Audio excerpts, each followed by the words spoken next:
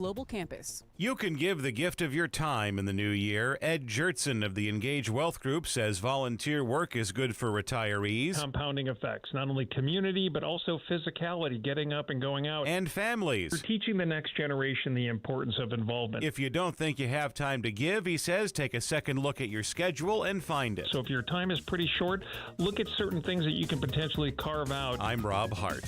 My name is Whitney Allen. I am a widow. My husband Ryan died. We never thought in a million years we'd have to use life insurance. The unexpected happened. With Ethos, it is so fast and easy. It's 100% online. You can get a quote in seconds, apply in minutes, and get same-day coverage. No medical exams, and you can get up to $3 million worth of coverage through Ethos. Get your free quote at ethos.com/radio. That's ethos.com/radio. Time spent on application may vary. Online health questions required. You still thinking job change in the new year? Yeah, I need something that's in high demand and more stable in this economy. IT? Yeah, cybersecurity, maybe even AI. That's what I did. Really? How? Went to My Computer Career. You don't need any prior experience, and you could start your new career in a matter of months. A lot of IT pros go to school there, too, to level up. Sweet. Are classes online or on campus? Both. Wow, I'll check it out. Thanks. Make this your year. Take the free career evaluation now at mycomputercareer.edu, an Elite CompTIA certification partner. Financial aid is available to those who qualify, including VA benefits. At Audion Hearing, our mission is simple: to make better hearing affordable for everyone. We're proud to offer high-quality, rechargeable hearing aids starting at just $98. Clear, comfortable, and ready to use right out of the box.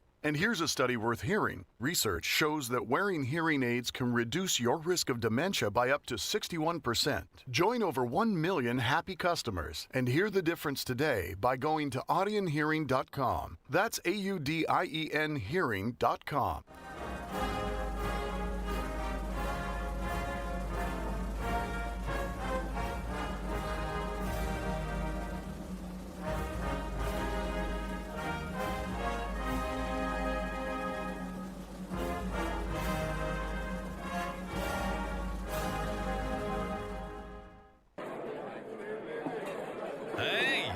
Hey, shh, calm down. The show is about to start.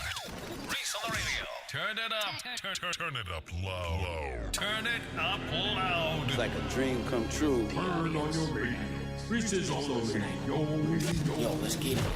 Due to the nature of this program, discretion does not exist. It's Reese on the Radio. Right now on WTIC News Talk 1080.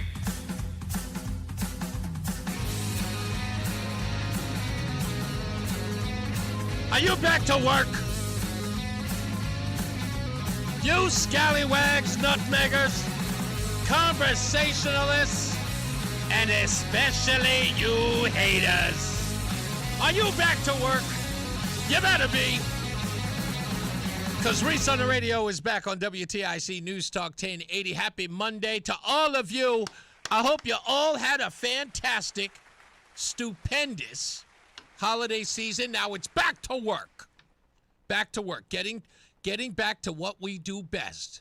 Exposing fraud, corruption, liars, cheaters, and all around bad guys. We do it all right here on Reese on the Radio.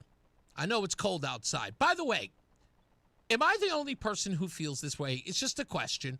I was thinking this a little while ago as I was walking through the studio.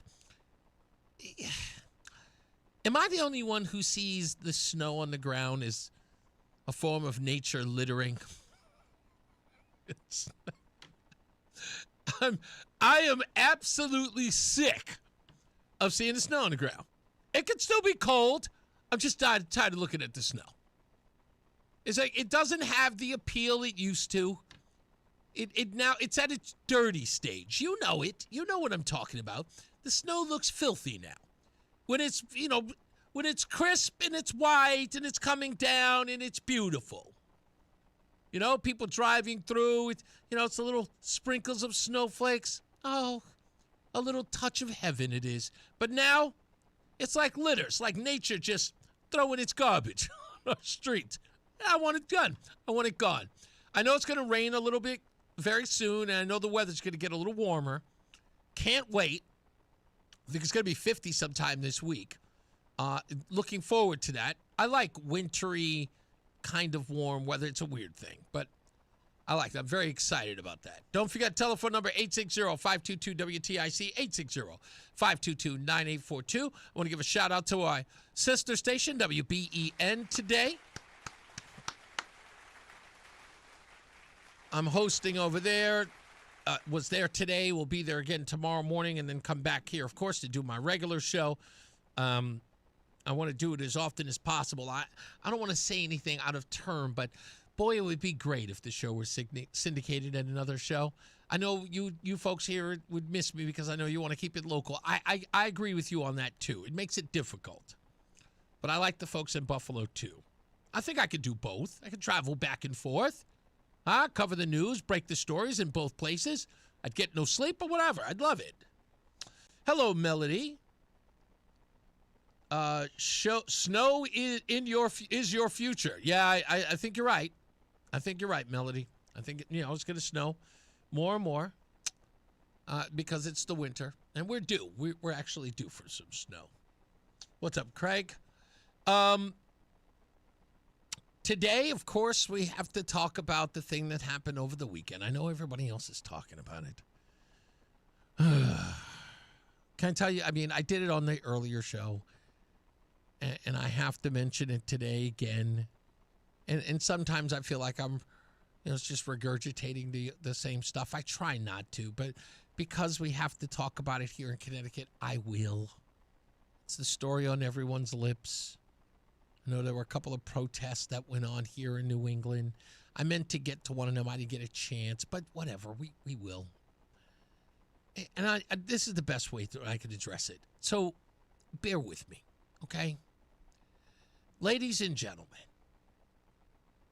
stop arguing with people online about what happened in Venezuela. Stop. I made the dumbest mistake yesterday in calling up Lebo and trying to have a discussion about this. Only because he was on my Facebook page, and when people do, they start just rambling on about nonsensical stuff. And when I say nonsensical, this isn't to say that Lebo's not smart. This argument is nonsensical. It just is. And people are making arguments about this that make no sense, and in many ways, it makes them look silly, if not stupid. Let me help. I don't want to hear a thing about what happened in Venezuela from any of you bozos who don't know any precedent that has already been set. You can be mad all day in talking about the Constitution. I don't care. Constitution means nothing to the people who are in power. If they did, we wouldn't have to keep sending them to court every time, fighting these bozos about violating people's constitutional rights. Seriously. It just is what it is. So screaming and hollering about who isn't or who is obeying the Constitution makes no sense. It's a stupid, circular argument. It just is, folks. And you have all of these people screaming and hollering one breath about, we need to do something about Maduro. And then something is done to them go, well, that wasn't what we meant. Well, what did you mean? Chris Murphy running around literally like a chicken with his head cut off. But then again, what else is new? Everything outrages this bozo. Somebody is bored. Get a hobby, Chris. You need a hobby. Just one. Model airplanes, sniff some glue. Whatever. You can kill two birds with one stone. But you need a hobby. You sounded ridiculous on Dana's show on CNN. Ridiculous. You wrote an op-ed in 2019 that said that we need to oust Nicolas Maduro. Today, well, I didn't mean it like that. Well, because you've got no cojones. What were you planning on doing to get Maduro out of power in Venezuela? Were you going to write him a strongly worded letter? Huh? Were you going to say some mean things on Twitter? Huh? Were you going to go on CNN and say something, I don't know, threatening? What were you going to say? What were you going to do? What did your all-knowing, all-seeing, all-brilliant Barack Obama do? What did he do? He called Nicolas Maduro, if I remember correctly, he referred to him as a national security threat. And that's it. Venezuelan President Nicolas Maduro lashed out at the U.S. after President Barack Obama declared Venezuela a national security threat and signed an executive order approving new sanctions against the country. Was that supposed to do something? Was that supposed to affect any change? Did it affect any change? No, it didn't. What Chris Murphy wanted was bluster. He wanted someone to say something out loud. But then again, that's what politicians do, right? Their job is not to act. Their job is to bloviate. It's what Chris Murphy does. In 2019, you wrote an op-ed and you called for Maduro to be gone. You said, let's get one thing straight. There should no longer be any debate about Maduro's lack of democratic legitimacy. The Trump administration is right to put restoring Venezuelan democracy at the center of our approach to this crisis. A return to a stable democracy is in the interest of the Venezuelan people and the United States and the hemisphere. We don't know what's going to happen with regard to the civilian leadership there. Tom Cotton was just here saying that he hopes that there are democratic elections. Isn't that what you want? Well, the rest of that article right, was a criticism of President Trump's early moves to saber rattle around regime change. It wasn't saber rattling that he talked about in his op-ed. He was talking about Donald Trump adoring other despots and not being upfront in addressing Nicolas Maduro. But now we have. We'll get into the other nonsense in a minute. You know who you are. Boy, am I going to come after you, especially you No Kings guys who've shown exactly how stupid you are. And I mean stupid. This is not TDS. This is Trump derangement stupid. We'll get into that in a sec. But every one of you were running around, you politicians, saying that Donald Trump didn't have the cojones to speak up and fight back against Nicolas Maduro. Here's Chuck Schumer with a few dramatic pauses of his own. He brags about all these things he wants to do or is doing, but his actions belie his words.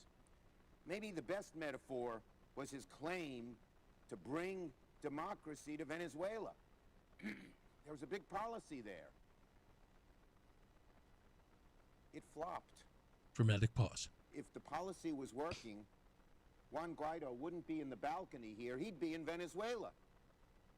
He'd be sitting in the president's palace, or at least waging a fight to win. How exactly would he have been in power? How exactly would you get Guaido into the presidential palace? If not go in and extract, remove, grab, hell, I'll say it, kidnap. That one gets him. Nicolas Maduro. How else would you plan on getting rid of him? He's here. And the president brags about his Venezuela policy? Give us a break. Who's bragging now? No, Chuck Schumer is screaming and hollering. It's like, we need to have a War Powers Act. We need to figure out exactly what we're going to do with this president. He did not ask Congress to do it. What would Congress have done? What would these bozos have done if Donald Trump would have said, hey, listen, we're going in tomorrow? What would Chris Murphy have done? Who here thinks Chris Murphy would have kept it quiet? Huh? Who here thinks that old tight-lipped Chris Murphy would have said nothing? Or Chuck Schumer? or any leadership on the Democrat Party for that matter. Chris Van Hollen, anyone? Imagine they had gotten it out to old shifty Adam Schiff. Do you think he would have kept? No. The man leaks like a colander. Every one of those people would have told. They're not going to do anything. It's just today's latest outrage. They'll do nothing. Claire McCaskill, 2024. You know her, right? Remember, Donald Trump used to be just like Maduro. He'll do nothing about these despots because he admires them. Just look at what's going on in Venezuela. Maduro, who is what Donald Trump wants to be. He wants to be the kind of guy that doesn't matter whether you win or lose, you get to stay in power. Doesn't matter if you win or lose. And Maduro is staying in power by blowing up the rule of law in Venezuela and co-opting the military for his political purposes. That's what Donald Trump is capable of, and that is not American. That is not American in any shape or form. How did America intend to deal with said despot? Were they just going to go over there and wag their finger and say, you stop it now? You stop being a dictator to your people. And let those political prisoners out right now. You do it. Bad Maduro. Bad, bad, bad.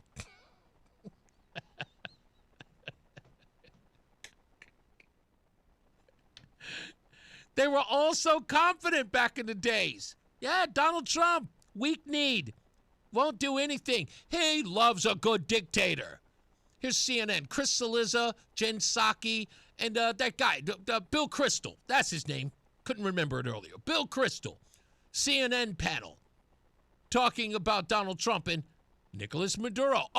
And Vladimir Putin, who, again, is in Venezuela to do what? To buy oil and to only prop up an illegitimate president. Remember they said that if America backs away and lets the vacuum be filled by Putin, it shows that Donald Trump is weak because he'll let those despots, he'll let every one of those dictators do whatever they want, even right here in our hemisphere. Part of what President Putin's been doing is looking for spots in the world where there is a leadership vacuum and an opening to have influence. Everyone who knows anything about foreign policy tells you that there's an impact when a global power like the United States is led by someone who actively says we need to pull back. We don't need to be defending these people. Where were they, in the Peloponnesian Wars, whatever. You see? They were all talking in 2019. Pulls back from supporting these people. How else were we supposed to support them? Get in there and drag his behind out. But I think they underestimate the damage that Russia can do just by sowing chaos and by supporting authoritarians. We've seen this in Europe. So that it's not a China-type competitor, but the world can get a heck of a lot more dangerous if Russia helps authoritarianism. Bill Kristol saying that if we don't do something in 2019, if we don't go in there and we thwart this, if we don't go in there, Putin will only make Venezuela much more threatening, especially here on our hemisphere. Doesn't mind the spread of weapons of mass destruction, nuclear weapons. Russia's free press. Russia's free press shows other authoritarians how to do this. So that was the deal. Remember, Donald Trump did nothing. They mocked him for it. What was worse off is what they laughingly said was the reason why Donald Trump did nothing about Maduro in 2019. Just after the 2018 election. Here was their reasoning for Donald Trump allowing Putin to fill the vacuum. Why is he so susceptible to this kind of message coming from Putin? I mean, he likes authoritarian thugs. He responds to them. They probably know how to manage him and flatter him. There is an element whenever any leader of state or even high-level diplomatic officials meeting with another country where they are flattering you and they're trying to kind of get you on good terms. Trump is very susceptible to that. And I think seems to have a special. Putin seems to have special clout with Trump. Yeah, Putin has a special clout with Trump. They say smugly. What say them now? What say them now? They all act like I never said any of that. When we come back, the arrogance of white supremacy when it comes to Venezuelans in New York and all over the country. when we return. Stand by. Go nowhere. It's Reese on the Radio on WTIC News Talk 1080. You've been here before, standing in front of the mirror, tired of wondering where your weight loss journey went wrong. I'm Paige Lopez. I know the feeling, and that's why I started Awaken 180 Weight Loss.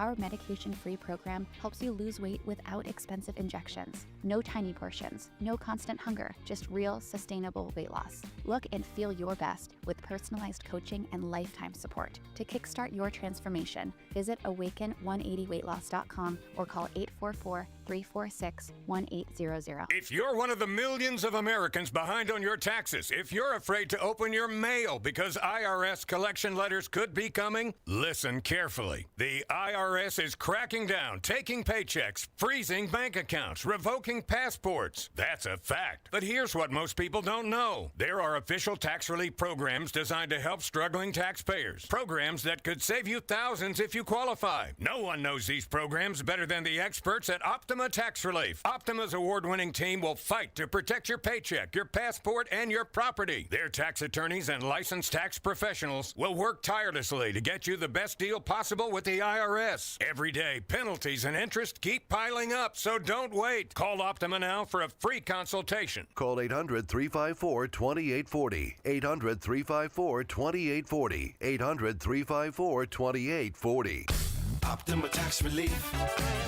Some restrictions apply. For complete details, please visit OptimaTaxRelief.com. When it comes to affordable term life insurance, everyone's whistling the Big Lou tune. If you're over 50, maybe a bit porky, or have type 2 diabetes, $1 million of term insurance may only cost about $200 a month. Even if you're not in perfect health, call Big Lou, because he specializes in finding big chunks of affordable term life insurance for just about everyone. Don't let diabetes or other health glitches keep you from owning $500,000 to $1 million or more of term life insurance. For affordable term life insurance, call Big Lou. Don't hesitate. Call 800-700-6898. 800-700-6898 or visit biglou.com. Call Big Lou, don't hesitate. 800-700-6898. Call Big Lou, don't hesitate. 800-700-6898. Visit biglou.com. And now, a WTIC news update. 27 degrees at 2:30. I'm Dave Mager, WTIC 1080 News. High around 30 with some light snow this afternoon. Not much of an accumulation. Low in the mid-20s tonight. The Dow is up more than 780 points. Energy stocks are surging with President Trump's promise to seize Venezuelan oil fields and cut in U.S. oil companies.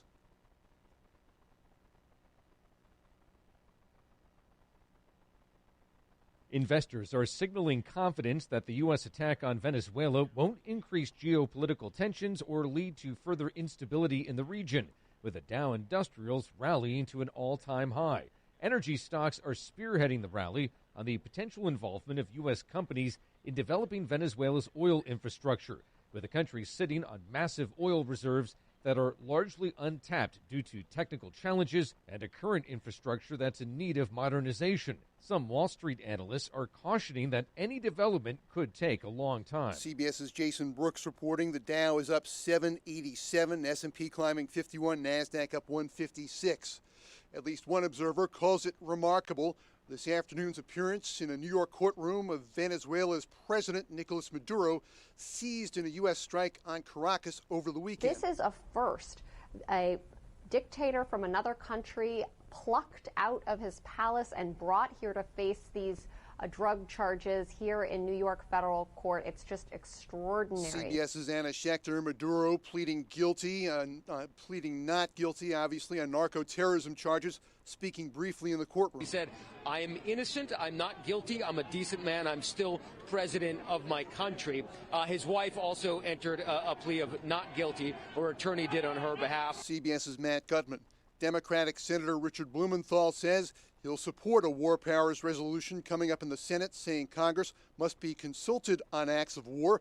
He and others also have questions about what's next from President Trump, who issued threats to other nations yesterday. Has also now expressed interest potentially in expanding military operations to other corners of the Western Hemisphere should leaders in those countries not adhere to U.S. values, most notably Colombia, saying it's run by a sick man who likes making cocaine and selling it to the U.S. CBS's Ed O'Keefe reporting Hartford police make an arrest in a 2017 murder, the case of 26-year-old Stephen Payne, fatally shot in the area of Main Street and Allen Green Way. An arrest warrant was obtained last month for now 37-year-old Rakeem Grant of Vernon. He was arrested today with assistance from U.S. Marshals. He's charged with murder, held on $2 million bond. And we check the WTIC forecast. The pockets of snow and flurries that we've been seeing will end this evening. It'll be cloudy overnight with a patch of fog, the low temperature down to 26. Little to no snow accumulation from the flurries that we do get. Cloudy, not as cold, a little bit of rain late in the afternoon tomorrow, the high 36. Occasional drizzle tomorrow night down to 31 degrees. And a little bit of rain early Wednesday, otherwise lots of clouds. It will turn breezy later in the day with a high of 43. This is meteorologist Chad Merrill in the WTIC Weather Center. 28 degrees with some flurries now. Sports, the Giants say they're keeping general manager Joe Shane. Arizona fired coach Jonathan Gannon.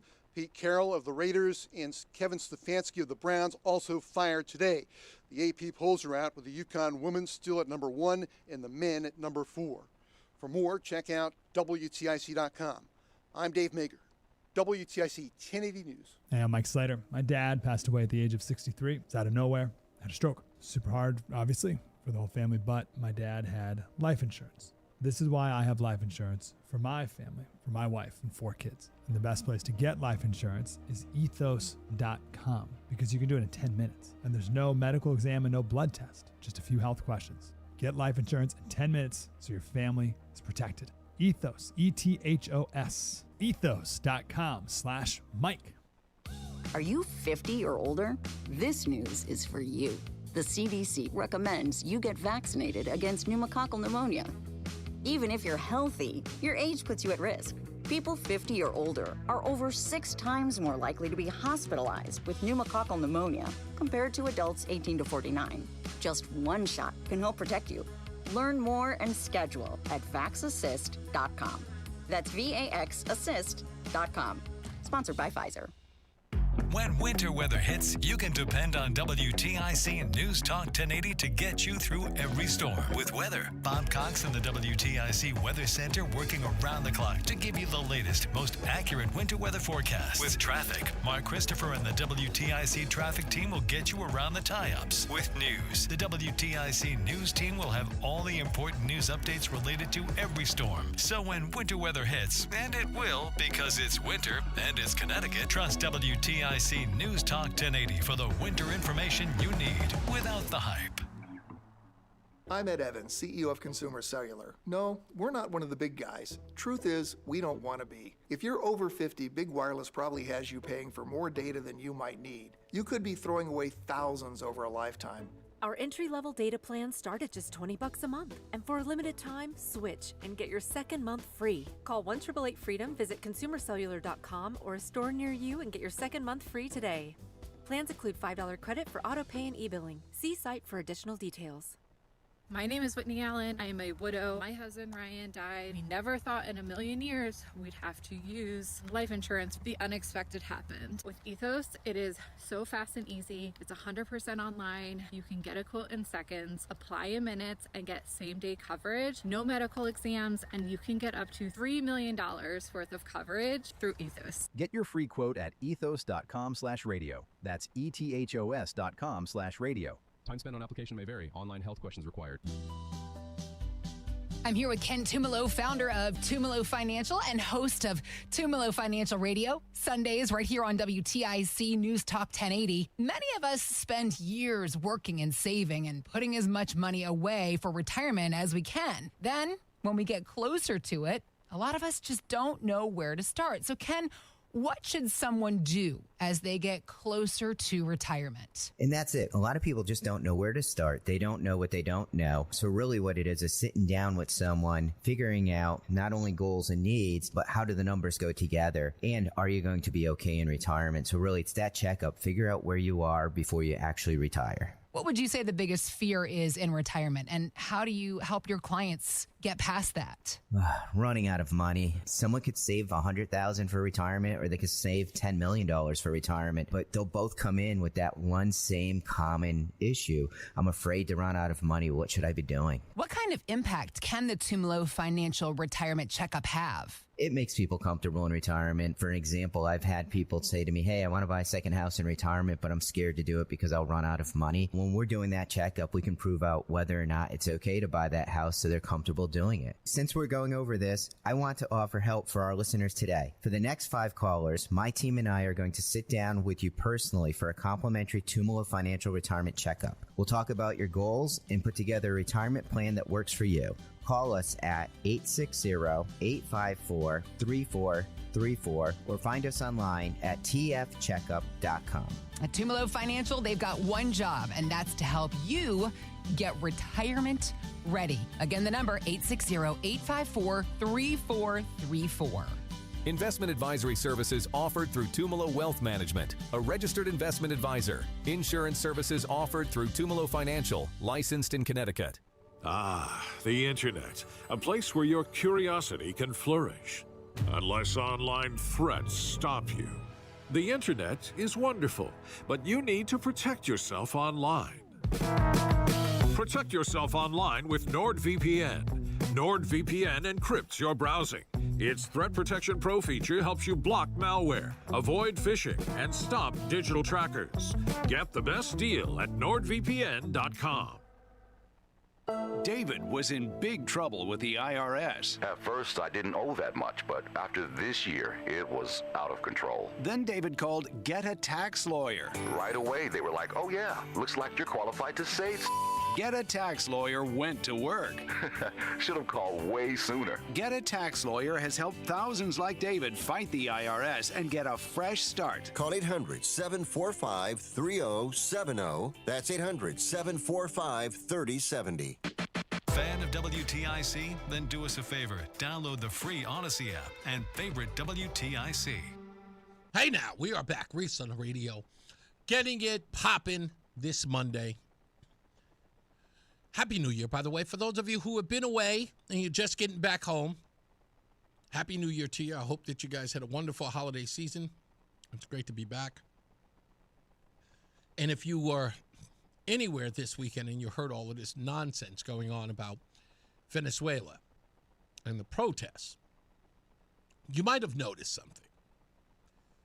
And it was probably like freaking you out because you're saying to yourself in one breath, wait a minute. Maduro's a bad guy, right? I mean, he's not a good guy. But these people seem to be, like, rooting for him to be released from federal custody.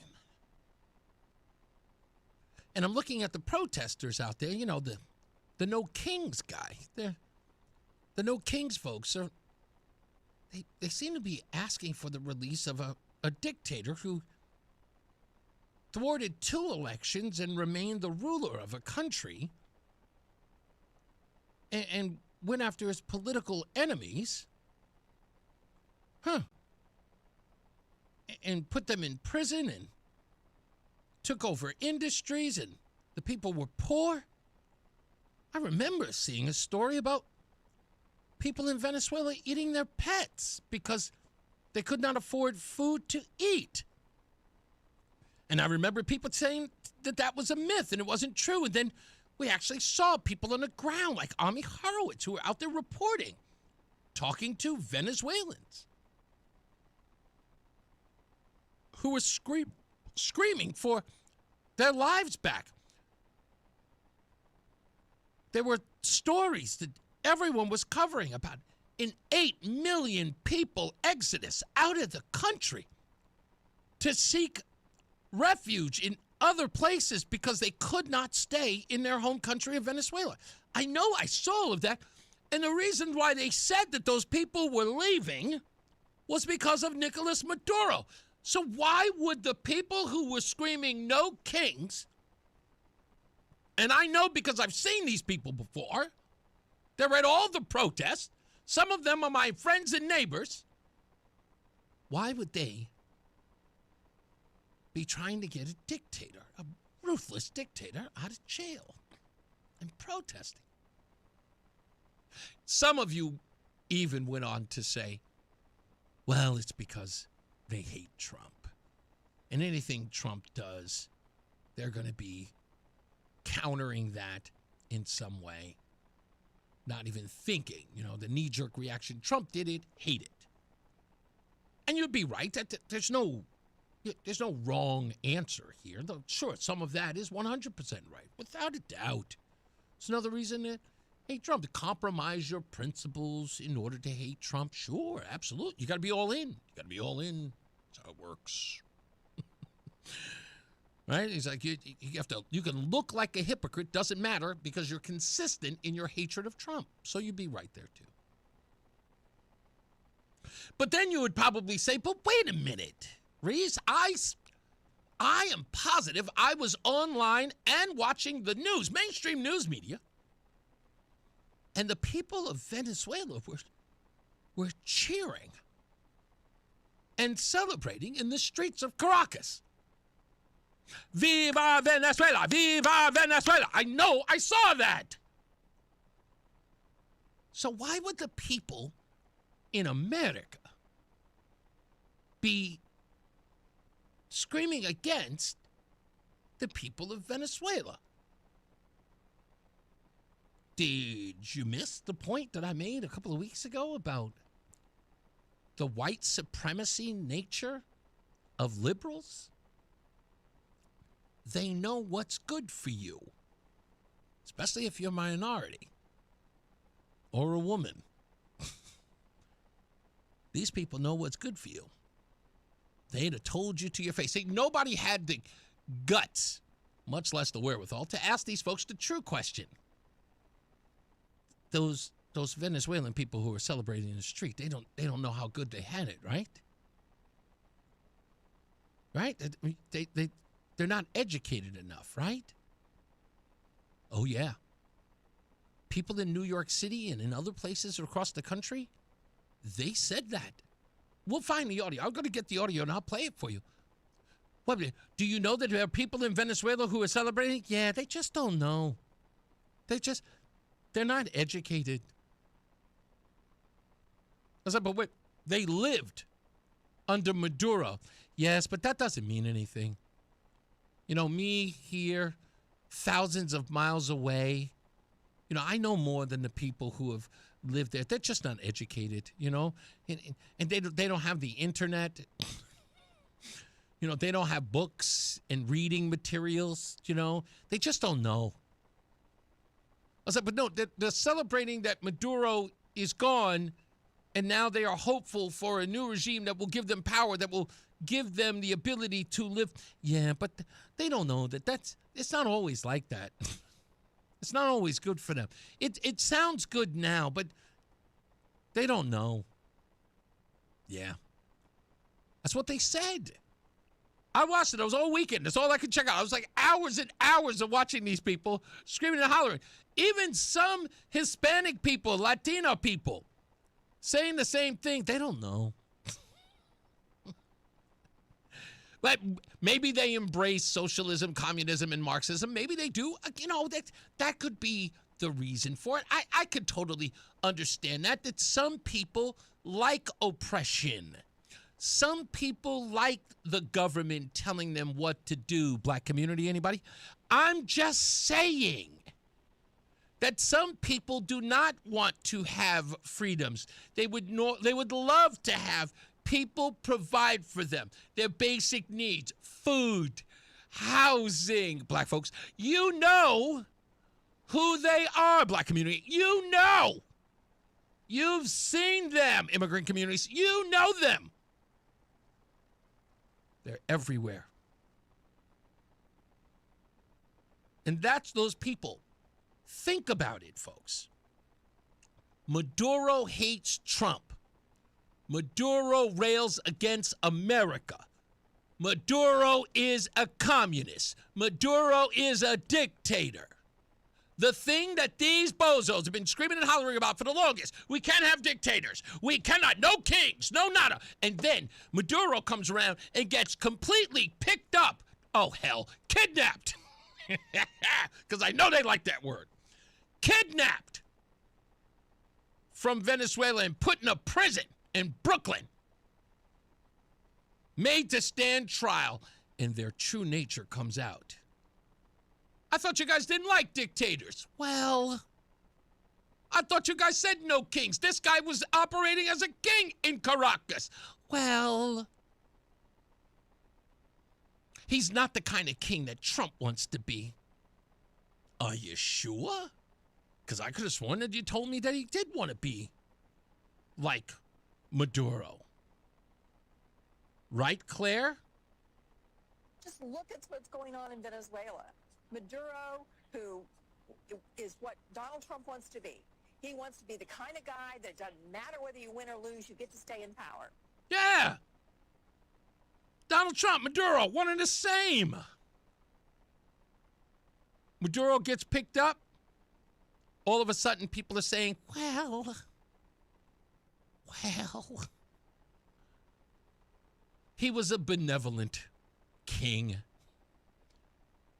He cared about his people. Did you see him dancing to the music?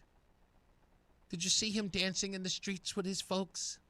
He loves them. He cares so much about them. He can't feed them all. And some people, well, they're just rabble-rousers. Come on, folks, truth be told. These Communist Party folks, these Democratic Socialists of America, you see these people out there screaming and hollering about Maduro. Think about what that means for you if you give them power. You keep ceding ground to them. Well, you'll have a bunch of Maduros. You don't think Zoran Mamdani is thinking to do a little Maduro-type maneuver? You don't think so? Okay. We'll see. You guys don't know what to do with yourselves, but I don't blame you. I don't blame you. But you are exposing yourselves. I mean, seriously, you're just out there pantsing yourselves, showing your behind to the world, and I'm loving every bit of it. Folks, stop being outraged by these fools. There's nothing to be outraged for. This is an opportunity for you to witness what they really stand for. They are communists. And that's who they want to be. And they're letting you know. You know the old saying, when someone tells you who they are, believe them. We'll be back. Take a break. It's Reese on the Radio. When it comes to painting your home, do not do it yourself. Call the pros at CertaPro Painters. Each CertaPro Painters business independently owned and operated, and they provide worry-free, excellent work. They are so clean, and it's all at the right price. I mean, with over 70,000 five-star reviews, the proof is in their painting. And it's so easy to schedule your free estimate for painting the outside or inside of your home or business. Just go online to CertaPro.com. That's Certa with a C. When choosing a painting professional, the choice is simple. Choose happy. Choose CertaPro Painters. Thy ticket, Lady Jennifer of Coolidge. Well, many thanks, good sir. Here'th my Discover card. They accept Discover at Renaissance fairs? Yeah, they do here. Discover is accepted at the places I love to shop. Getteth with the times. With the times? You're playing the lute. Yeah, and it sounds pretty good, right? Discover is accepted at 99% of places that take credit cards nationwide. Based on the February 2025 Nielsen report. Febreze. It's a classic odor tale. You fried fish for dinner, cleaned up, but the smell is still in the house. And the neighbors are coming over for game night. They're on their way. And then you spray Febreze Air Mist. Febreze Air starts working instantly to fight even your toughest odors, so you go from fish to fresh like that. Now all you have to worry about is Pam cheating at charades.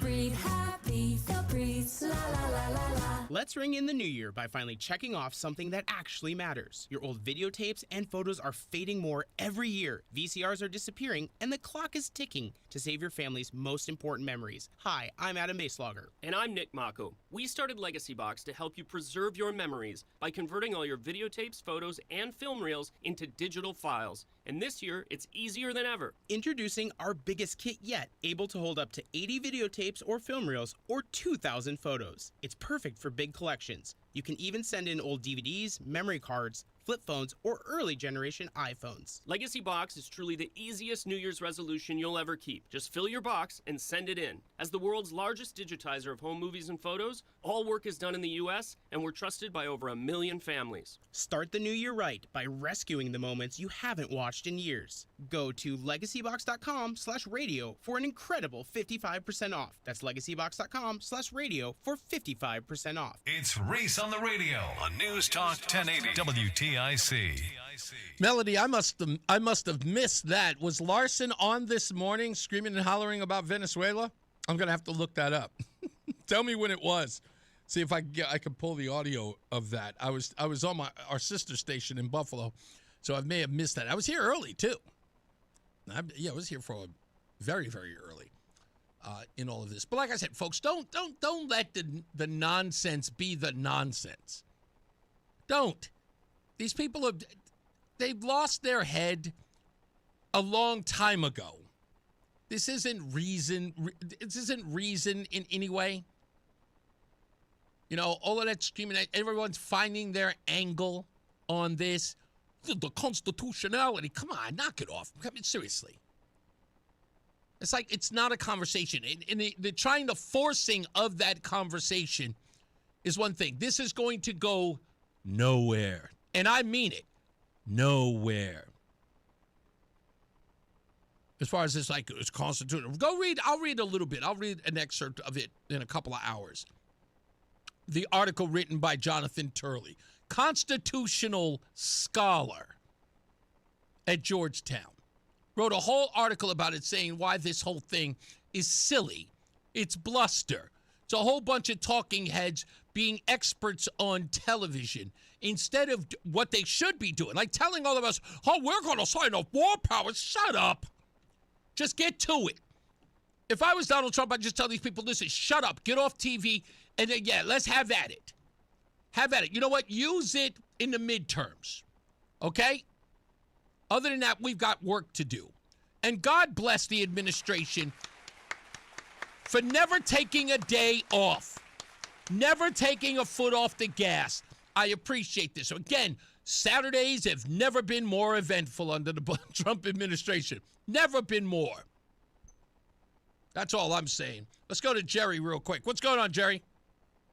Hey, Reese, hypothetical question with a point to it. That if somebody stuck a gun in your ribs and instead of saying, give me your wallet, they said, we're going to change the nature of your relationship with the money in your wallet.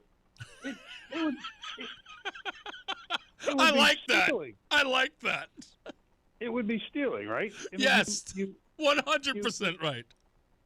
So when I'm listening to these words of this Sia Weaver, the tenant person in the Mondami administration about changing the relationship, a lot of people have correctly focused on sort of the racial aspect of it. We're sick of the white people.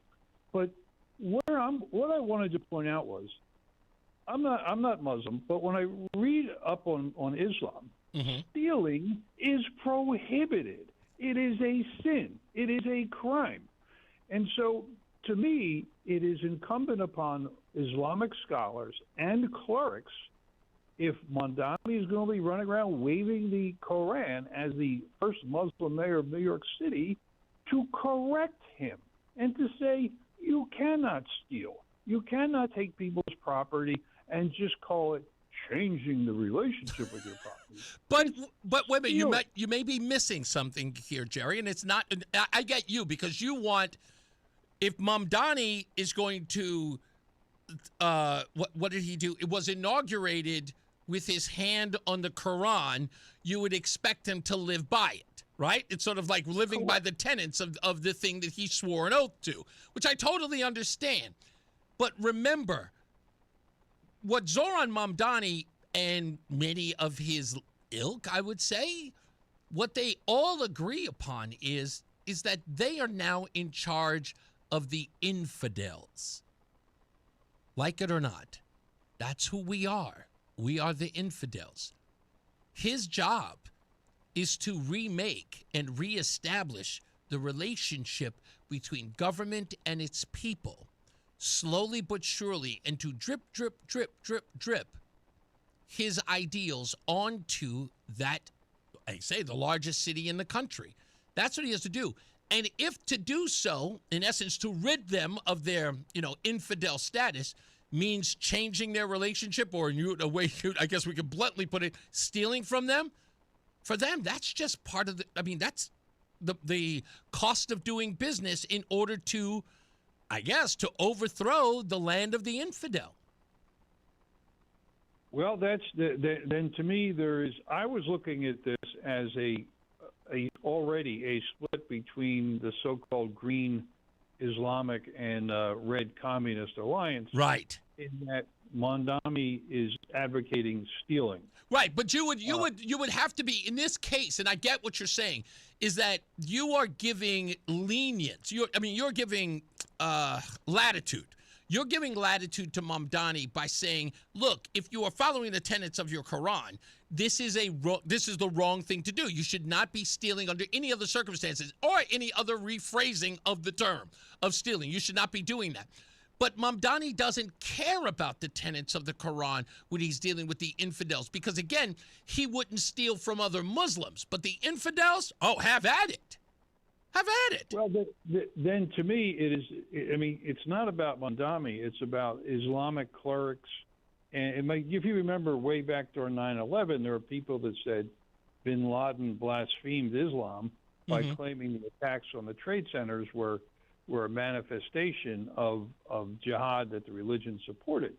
So to me, if you can't have it both ways, you can't say that our religion prohibits stealing and then have somebody steal in the name of your religion and stay silent. Exactly. You have a burden of speaking up. That is to say, Islamic clerics and scholars have a burden to stand up and say, no, this is not what we allow. I think what you're saying is, as long as it's one of their guys doing it, they don't care. But I still think they have the burden of absolutely. I agree with you. To call them out is accurate and fair and true, without a doubt. They should be called out of it. But I think I'm countering it with the reason why you're never going to hear that pushback coming from them, because for them, their rationale is, well, they're the infidels. So who gets thrown off the building first? Gays for Mamdani or Jews for Mamdani? I don't know, but I would say the Jews first. I got to get to the top of the hour. Thanks, Jerry. We got to go to it. Let's get to Dave Mager. He's in the WTIC newsroom. We'll be back. This is WTIC News Talk 1080 with Brian and Company in the morning, Reese on the radio in the afternoon, and news around the clock. WTIC and WTIC FM HD2 Hartford and Odyssey Station. 29 degrees with a flurry at 3 o'clock. I'm Dave Mager, WTIC 1080 News. You'll see a bit more snow, but no real accumulation this afternoon, with a high in the upper 20s, low in the mid-20s tonight. In New York City, Venezuelan President Nicolas Maduro made his first court appearance since he was seized by the U.S. military over the weekend. A defiant yet deposed Venezuelan President Nicolas Maduro declaring himself the president of my country as he protested his capture and pleaded not guilty to the federal drug trafficking charges the Trump administration used to justify the brazen raid that removed him from power. Speaking Spanish, he said, "I was captured," before being cut off by the judge. Asked later for his plea, Maduro said, "I am innocent. I am not guilty. I am a decent man, the president of my country." Maduro wore a blue jail uniform, was led into court along with his wife, Cecilia Flores, who also pled not guilty to the same narco-terrorism charges. Julie Walker, New York. Maduro's lawyers argue he's immune from arrest as a sovereign head of state. Democratic Senator Richard Blumenthal is concerned about the U.S. military getting stuck in a quagmire in Venezuela. He says President Trump skirted the War Powers Act in launching the strike. I will vote this week for the War Powers resolution that would say he has to come to Congress if he is going to continue this military intervention. Indeed, it should have been done before the use of military force in the way that was done. The New York Times reports about a half dozen U.S. soldiers were hurt in the operation. Dozens of people on the ground were killed. Serving time for murder conspiracy in the death of Jennifer Dulos, Michelle Troconis is back in a courtroom. She wants a new trial, saying she was failed by her former defense attorney, Andrew Bowman. Bowman tells the court he did not seek an immunity deal for Troconis since prosecutors were not going to grant one. I thought there was zero possibility that he would ever grant her immunity since he thought he had enough evidence to charge her with accessory murder. That happens so infrequently that it's just... That's not what law enforcement does. They have to be able to gauge credibility. Bowman says the decision to talk to police was up to Troconis. Her boyfriend, Fotis Dulos, was charged with murder in the case, but took his own life before trial. The White House war on vaccines intensifies in an unprecedented move. The CDC is dropping the number of vaccines it recommends for every child. Here's CBS Health reporter Sabrina Cupid. It's now recommended that children get just 10 vaccines. That's down from 17 on the previous schedule. It's still recommended that children get the measles, mumps, and rubella vaccines and immunizations against polio, chickenpox, HPV, and others. But when it comes to recommendations for vaccination against RSV, meningococcal disease, hepatitis B, and hepatitis A, those are recommended for high-risk individuals. When it comes to flu, COVID-19, and rotavirus vaccinations, that'll be left up to parents and doctors to decide. The Democratic governor of Minnesota, Tim Walz, is ending his bid for re-election. There's a fraud investigation into child care programs in that state. Walz says he can no longer devote the energy needed to win another term. Meantime, the children of murdered Minnesota House Speaker Melissa Hortman are asking President Trump to remove a conspiracy video from his social media feed. It falsely suggests Walz had something to do with the killing. Hortman was shot and killed alongside her husband Mark last June. State Senator John Hoffman and his wife were shot and wounded in their home 90 minutes earlier. Vance Belter faces federal charges for the shootings. Trump first reshared the video that states Belter made the claim Walz ordered him to kill Hortman in a letter authorities say they found in his vehicle. Prosecutors called the letter a delusion. The Hortman's children asked Trump to remove the post, saying it promotes a false narrative. Steve Kathan, CBS News. On a banner day on Wall Street, the Dow is up 709 points, S&P climbing 45, the NASDAQ is up 148. And we check the WTIC forecast. A couple of snow flurries continuing through the evening, otherwise cloudy with a patch of fog overnight. Little to no snow accumulation, the low temperature down to 26. Cloudy, not as cold tomorrow. A little bit of rain develops late in the day with a high temperature of 36. Occasional drizzle tomorrow night with a low temperature of 31. And Wednesday, after a little bit of rain early, lots of low clouds linger. It'll be breezy later in the day with a high temperature of 43. This is meteorologist Chad Merrill in the WTIC Weather Center. 29 with some flurries now. Sports, the New York Giants are keeping general manager Joe Shane. Arizona fired coach Jonathan Gannon. The Raiders fired coach Pete Carroll. And the Cleveland Browns fired Kevin Stefanski. The AP basketball polls are out. The UConn women's still at number 1, the men at number 4. NBA, the Knicks in Detroit, the Celtics hosting Chicago. NHL, Rangers hosting Utah. And men's college basketball, Yale at Brown. For more, check out WTIC.com. I'm Dave Mager.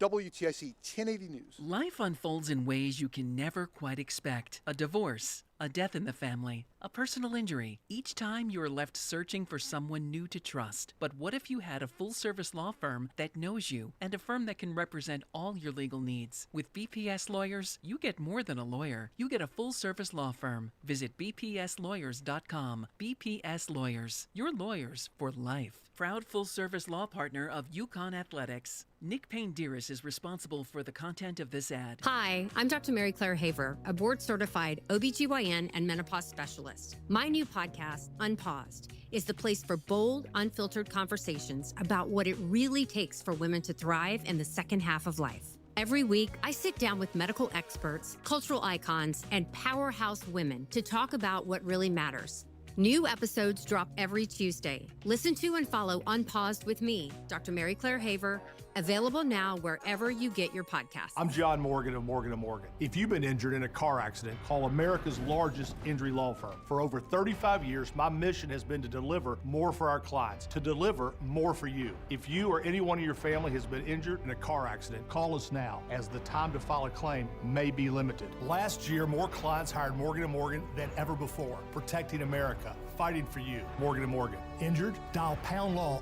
Nicholas Russo, 157 Church Street, New Haven, 06510. Education from the best universities in the world. Experience more than 25 years. Address 12 locations throughout Connecticut. Communication skills. Speak more than 30 languages. Scope of practice. Complete multi-dental specialties. Awards and achievements. Innovative in-house digital lab. Interests. Making dental prosthesis in the same day. Hobby. Working 365 days a year. This is our resume. ColumbiaDental.com. Open 7 days a week. 860-645-0111. It's really been amazing, the amount of people that I've had contact me, and the talk is generally centered around QC Kinetics, and whether it's a knee, whether it's a back, a hip, shoulder. He's always happy to talk about how QC Kinetics all-natural regenerative treatments finally gave him relief without surgery. That's former pro football player Bobby Carpenter. My message to them is do not wait and push off a week, a month, whatever it is. So if you want to feel better this summer, now would be the time to get in. If you want to feel better in the fall, make sure that you're getting in here so you can go out and play golf and do the things that you love and enjoy. Spoken by a man who experienced relief firsthand. QC Kinetics gave this former pro athlete back his mobility, his activity, and they'll do the same for you. Has really helped me in just my general quality of life. Don't wait. Call QC Kinetics for your free consultation today. QC Kinetics. Call QC Kinetics, 860-440-PAIN. That's 860-440-PAIN. 860-440-PAIN. Reese on the radio, making sense of the news. Yeah, even when it makes no sense at all. Now on WTIC, News Talk 1080. I'm actually going over some of these fraud allegations that are happening all over the country. Connecticut, Buffalo, Minnesota. Yeah, right in Connecticut. Medicaid fraud. I just heard a little while ago, actually when I say a little while, a couple of days ago, that Governor Lamont is giving $10 million to Planned Parenthood. And I read the story. I don't have it in front of me, but let me just give you details. So Planned Parenthood has a $50 million endowment. But Lamont's giving it another $10 million. Why? Because Planned Parenthood is losing its federal funding. Now, when he got pressed on why he would give that money, those millions of dollars, why give it to Planned Parenthood? Because many people argued, I'm not paying for somebody's abortion. Taxpayers' money shouldn't go to that. Well, it turns out that Lamont's response to that was, well, they give life-saving cancer care. Now, folks, you know that's a lie. For all of you folks out there who fall for that nonsense, I will tell you, call the Planned Parenthood right now.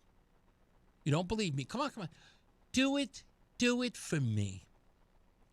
Call your local Planned Parenthood and find out what cancer care Planned Parenthood provides. And ask whether or not, again, that cancer treatment that they provide, how many people they provide it for. And whether or not it justifies a $10 million gift from the governor of Connecticut. Because I've already seen the numbers on how many people go to Planned Parenthood to get prenatal care. They do get HPV screenings, but we know what people go to Planned Parenthood for. An overwhelming number of hospitals and clinics provide this so-called cancer care that Planned Parenthood is supposed to be. Yeah, and many of the hospitals and clinics, I might add, give it for free. Planned Parenthood doesn't need $10 million for that. But here's Governor Lamont giving to, I mean, come on. That's your governor. Can't seem to figure out why the population isn't growing. But sure enough, has enough money for people to abort their babies. It's quite astonishing. And again, I don't care that Connecticut is an abortion state. I get it. Kill your babies. Do what you got to do. You know? I know you don't want them. I get it.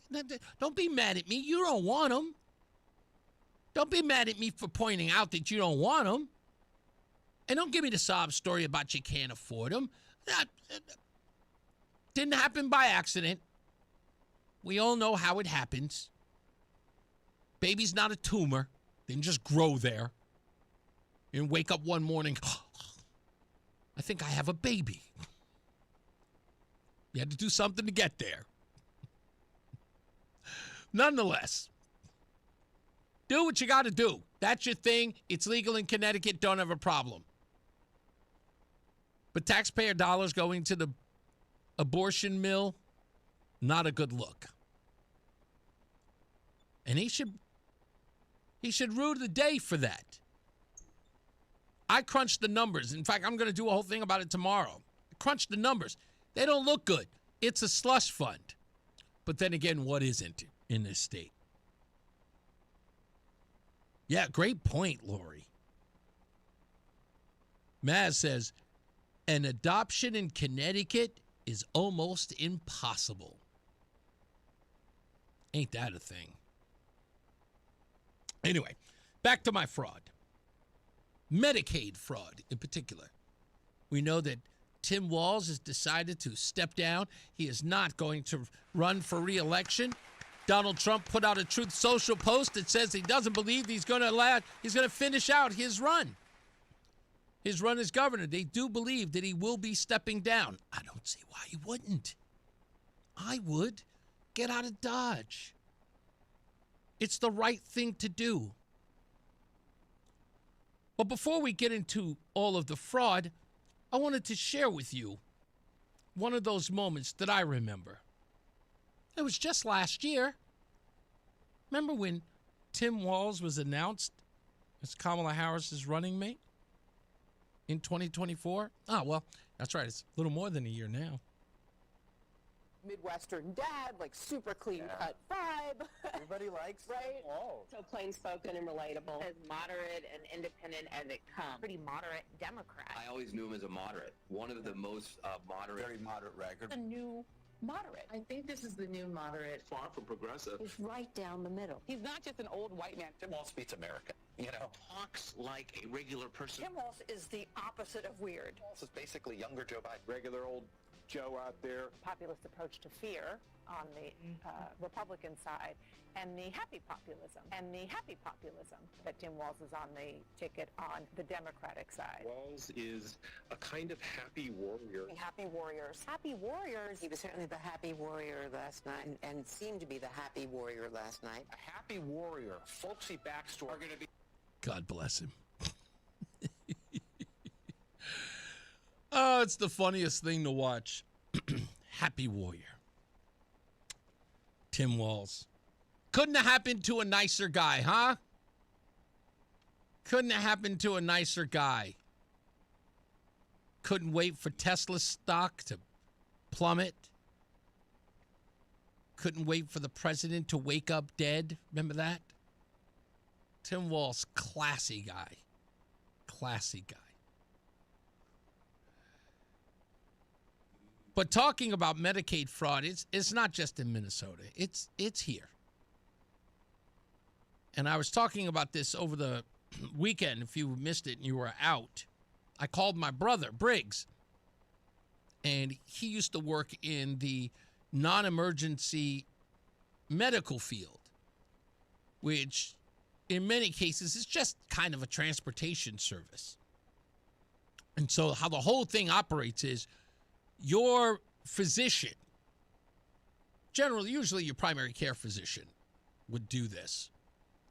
Or clinic, whatever it is you're going to, physical therapy, whatever the case might be. You, through your Medicaid, have transportation costs that's afforded you based upon your age and the kind of care that you have through Medicaid. That money from Medicaid goes directly to your health care provider.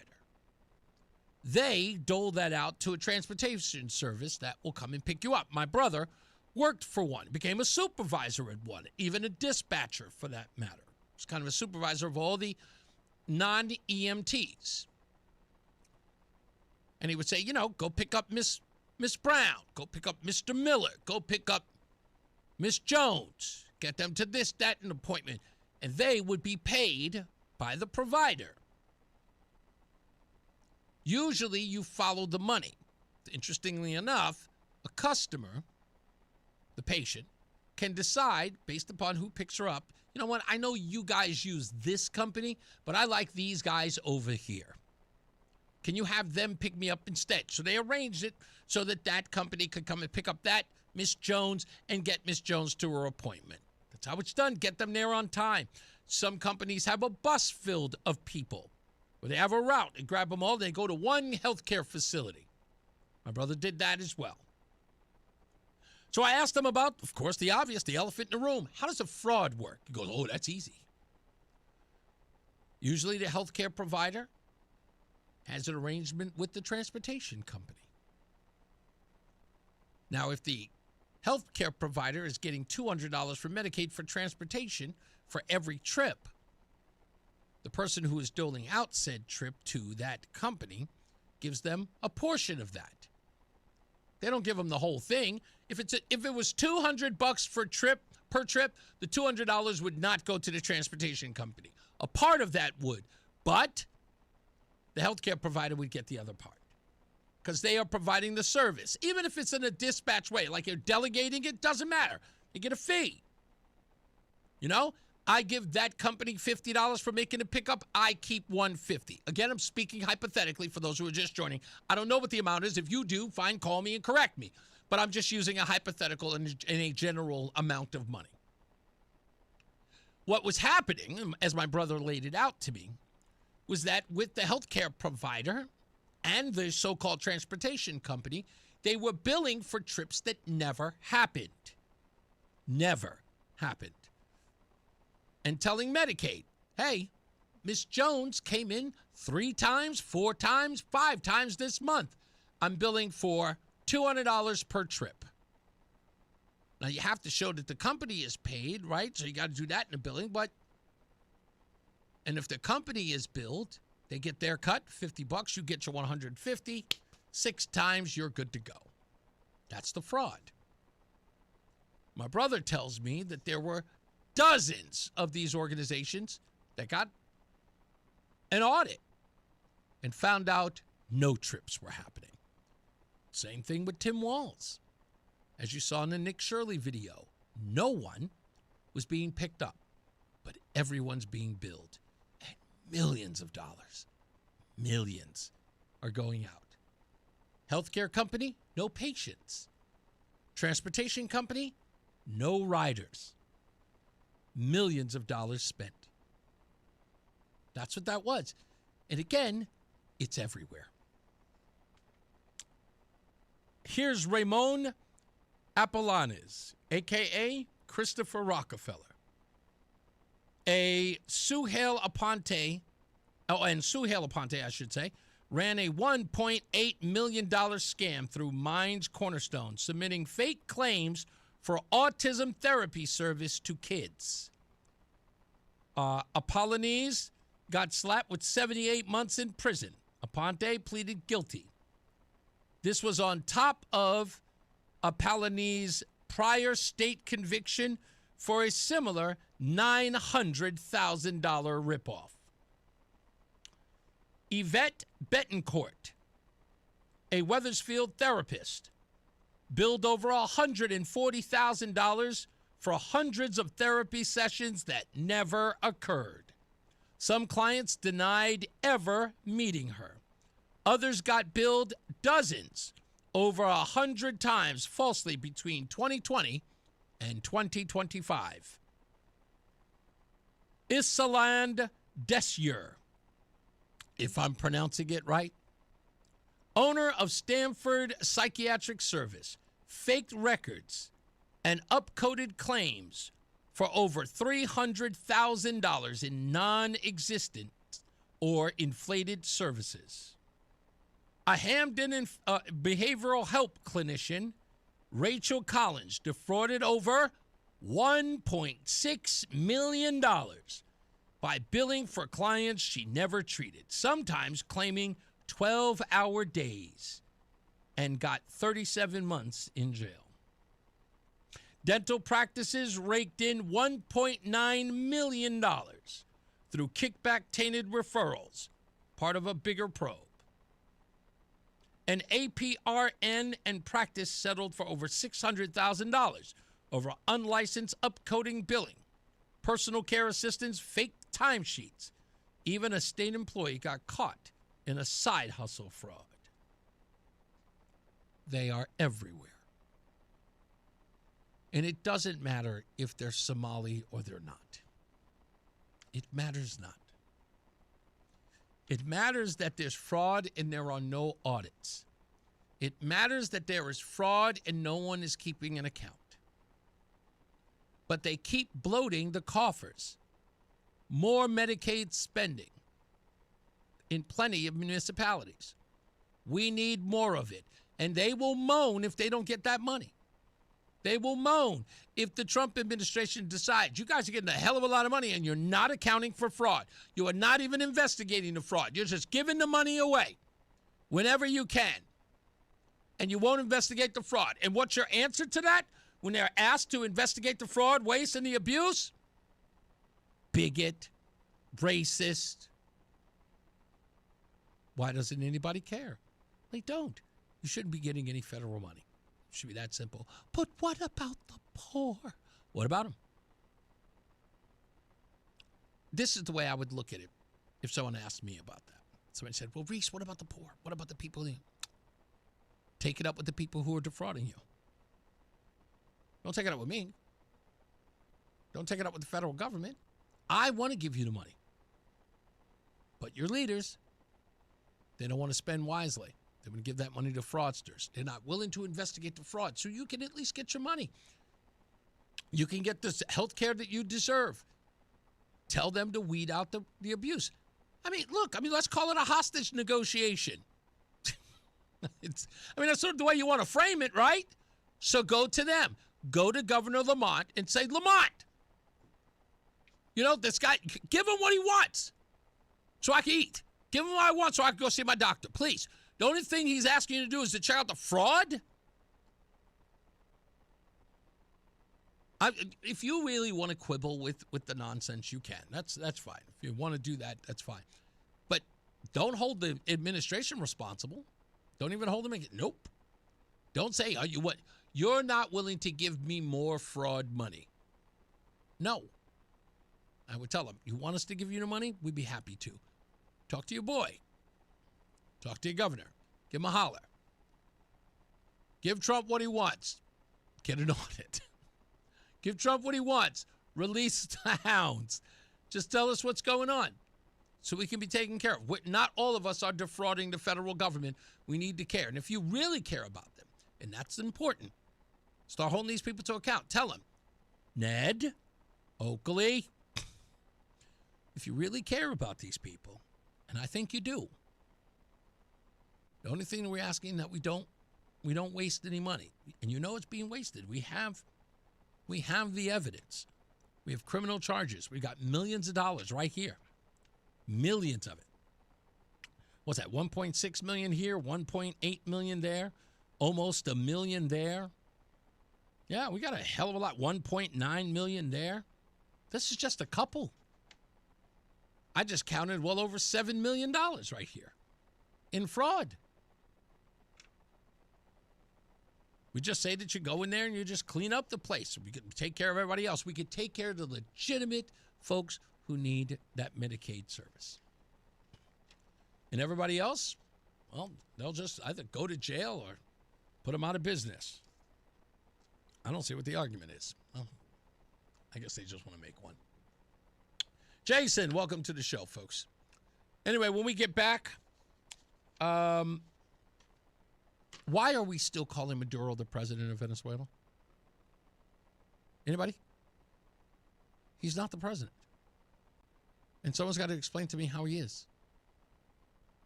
So just someone has to explain to me how he is the president. He isn't.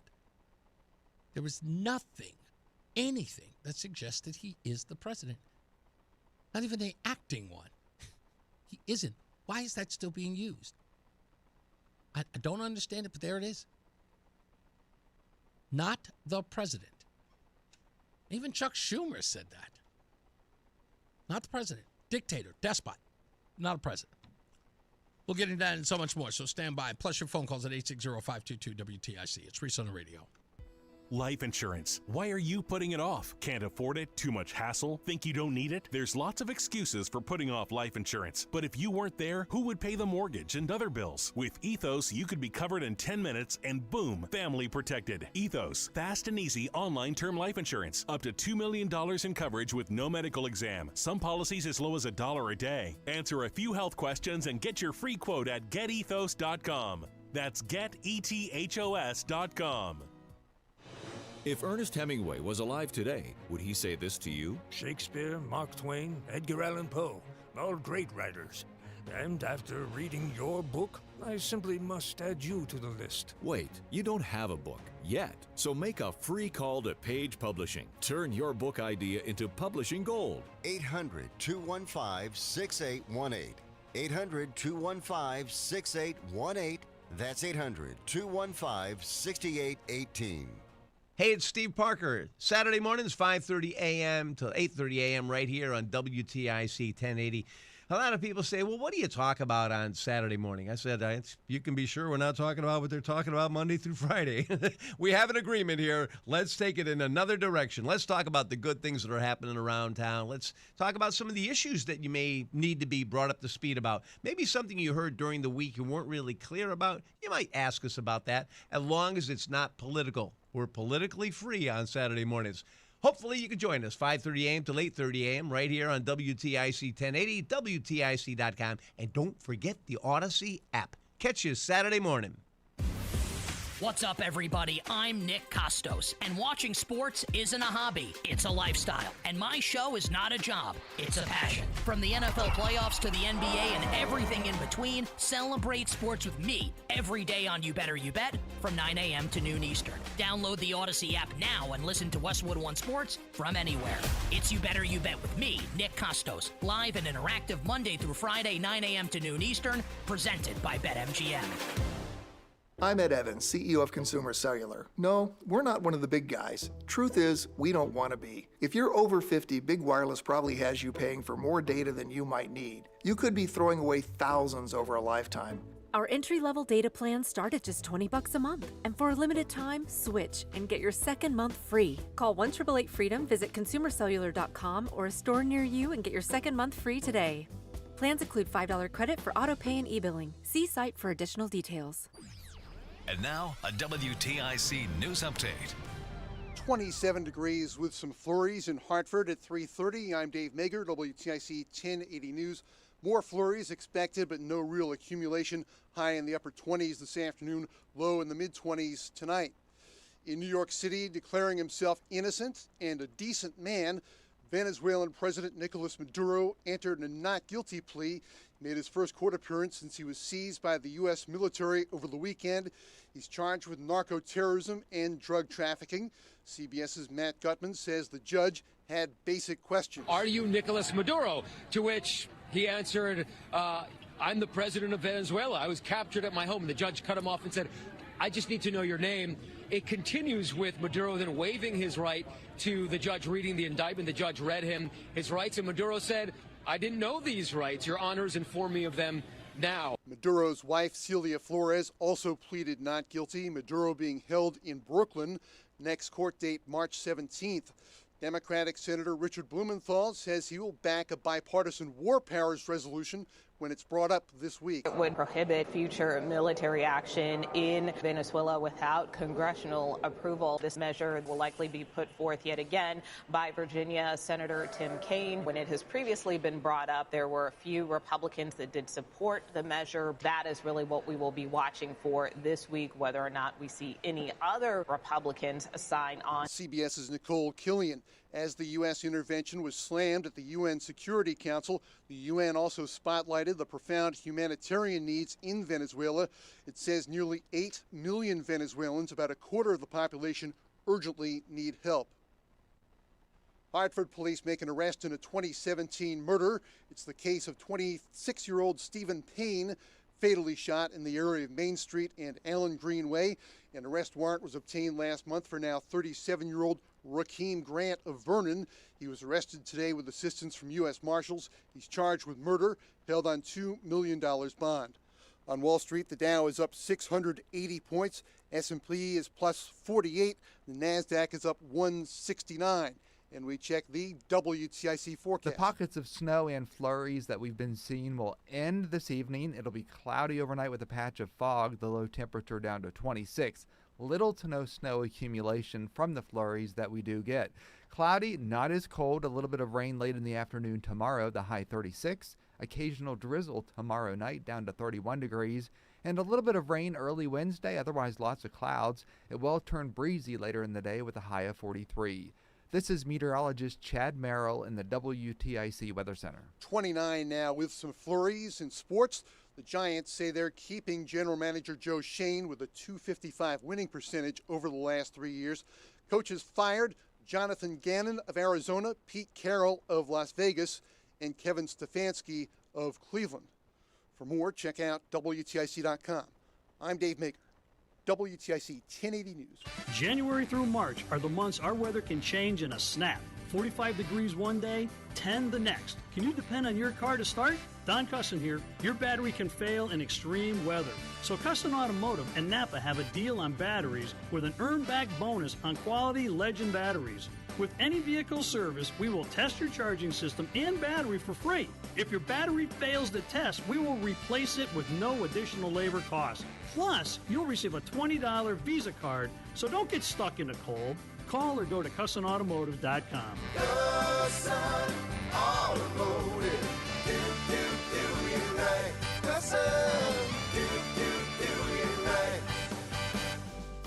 Nothing makes a gathering great like Eggland's Best Eggs. They're just so delicious, with better nutrition too. For us, it's eggs any style, as long as they're the best. Eggland's Best.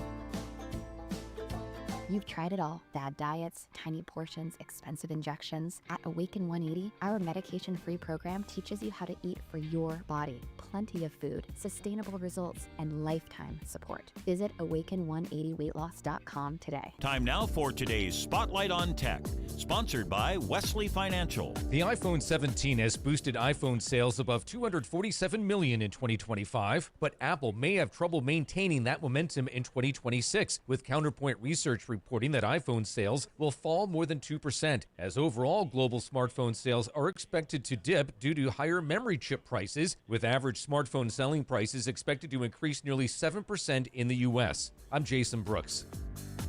Wesley Financial Group is not a law firm. I'm Chuck McDowell, founder of Wesley Financial Group. Did you buy a timeshare because they told you it was a great investment? That's a lie.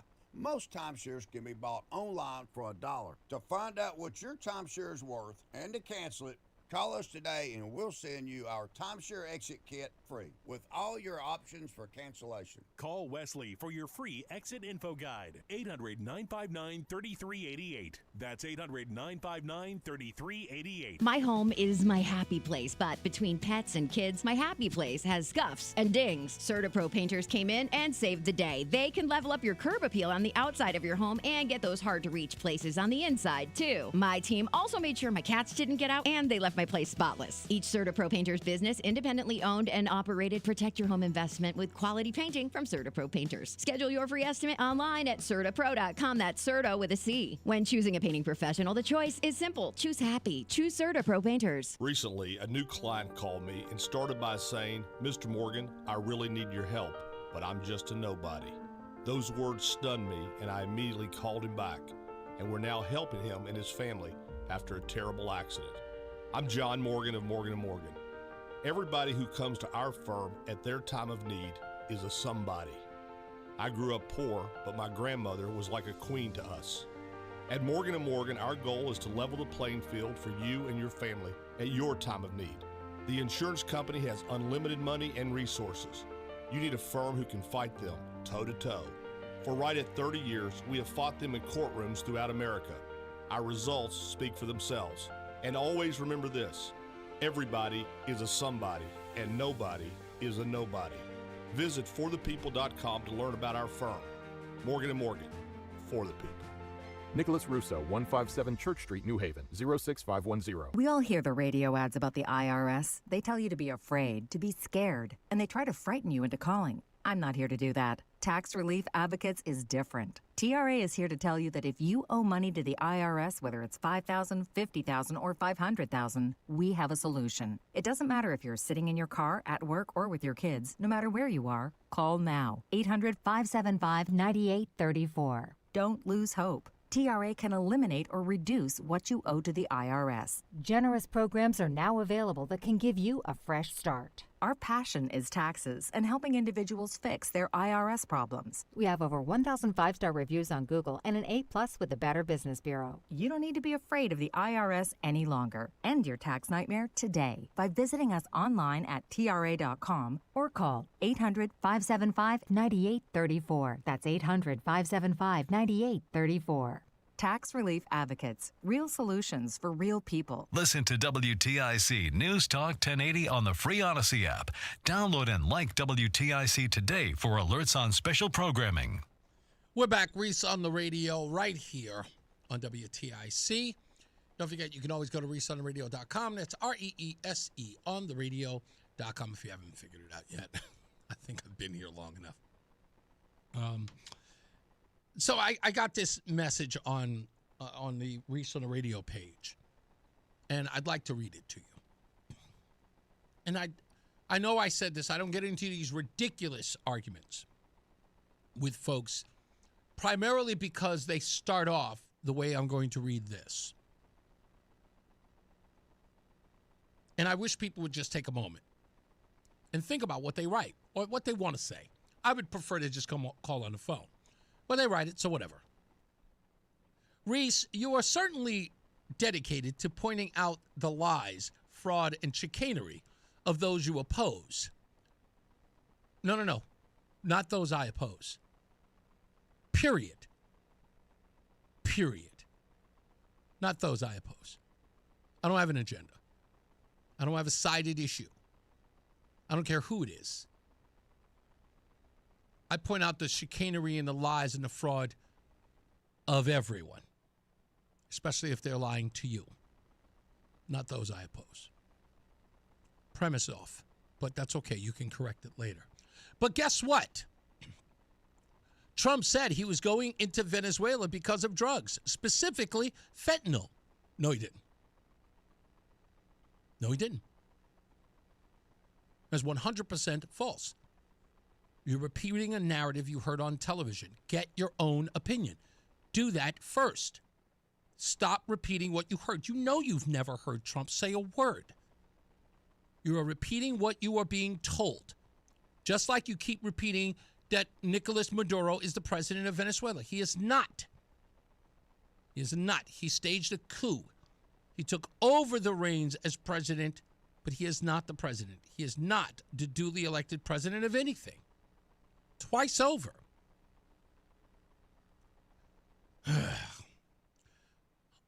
Only one problem. Fentanyl is not coming out of Venezuela. Also false. I'm just being nice. I should just call you a liar.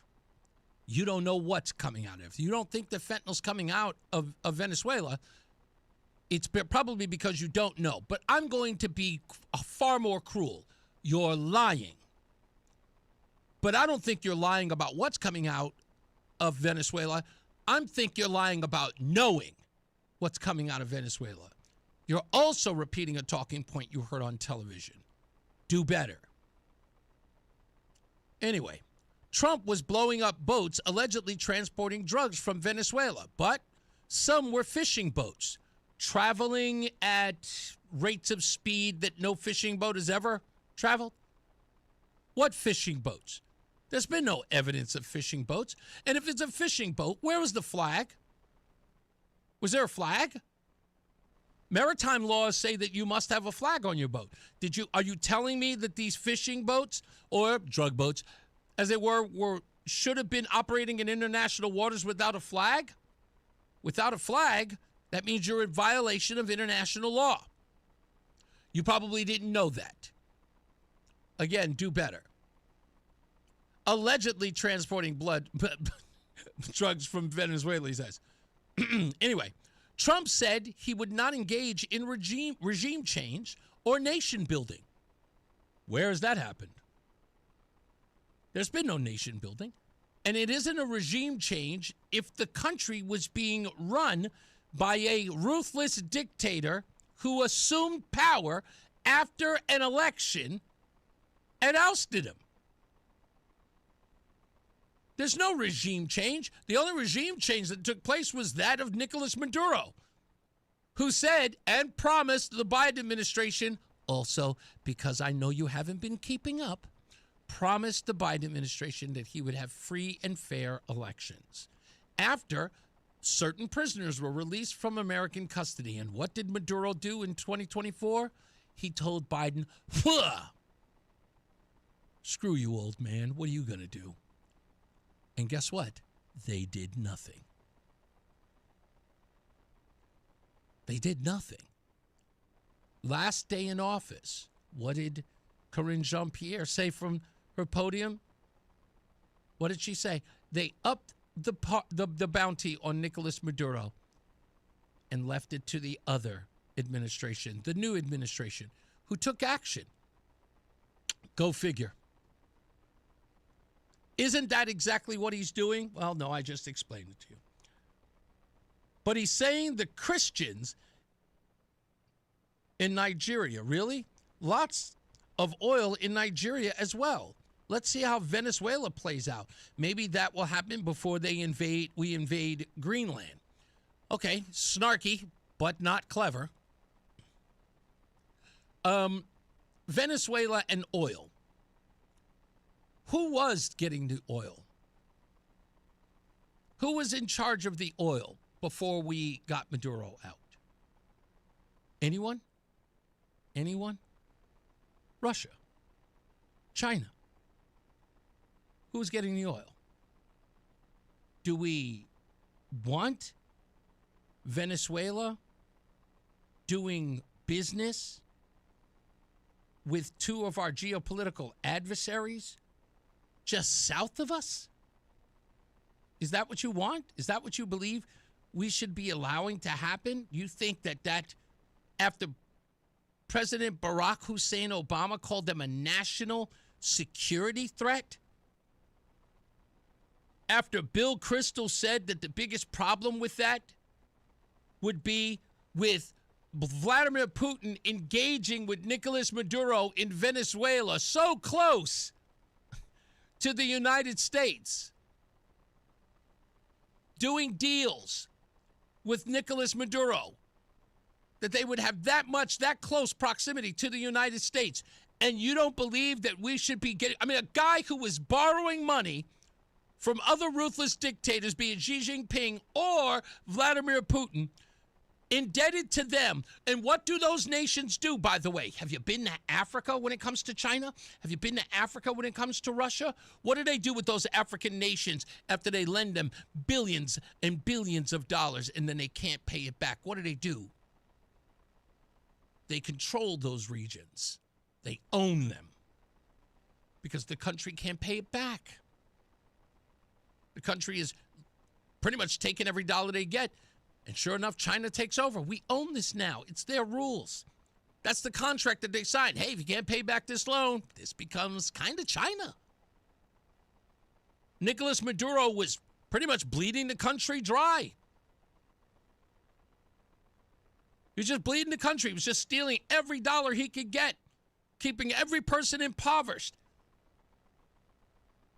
becoming more and more in debt. China was about to call they were about to call on every loan they gave them. That's why there were Chinese people on the ground when the invasion took place, because they were just having a negotiation with him where he wasn't paying back the money they owed him. He knew he was over. He was up against it. He couldn't borrow any more money. That's why he was offering everything he could to Trump. We'll give you everything you want. You want the oil? I'll give you the oil. You want the minerals? I'll give you the minerals. Anything you want. Anything, Donald Trump. I promise. I give you anything.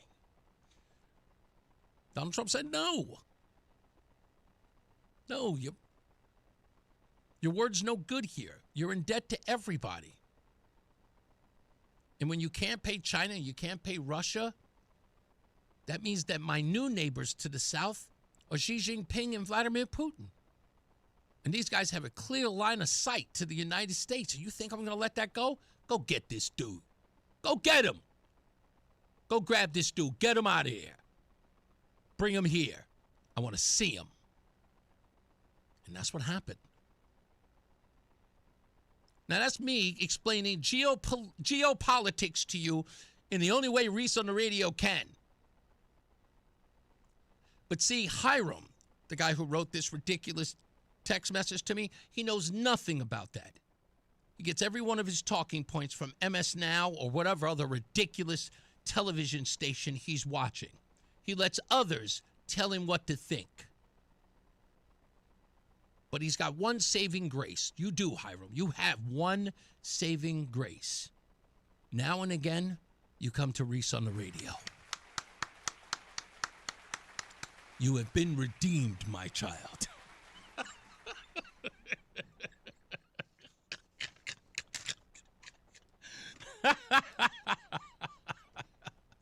Now sit down there, be quiet, okay? There's adults talking over here. Yeah, Bob, we do. And when they call it up, trust me, we'll be ready. Donald Trump's got a plan for that behind. I'm sure you're right. Yes, we owe China a lot of money. Ask your boy Barack. He'll tell you. As soon as they call it, we know exactly what to do. And that's what Trump's going to do. He's going to make them bankrupt immediately. That's the plan. China wants to call in that loan. Donald Trump's got something for that.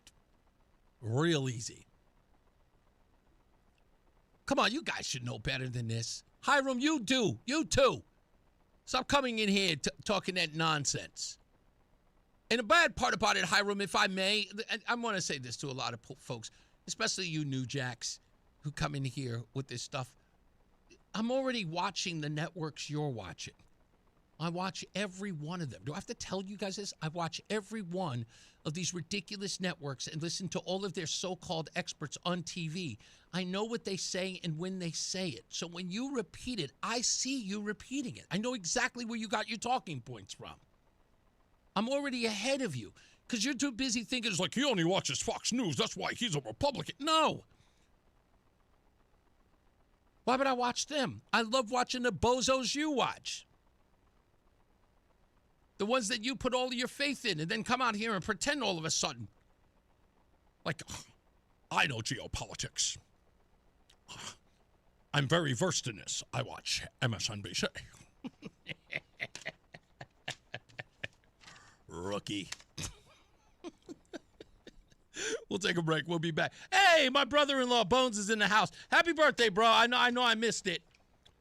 And I miss you guys. Tell the family I said hello. I'll talk to you guys soon.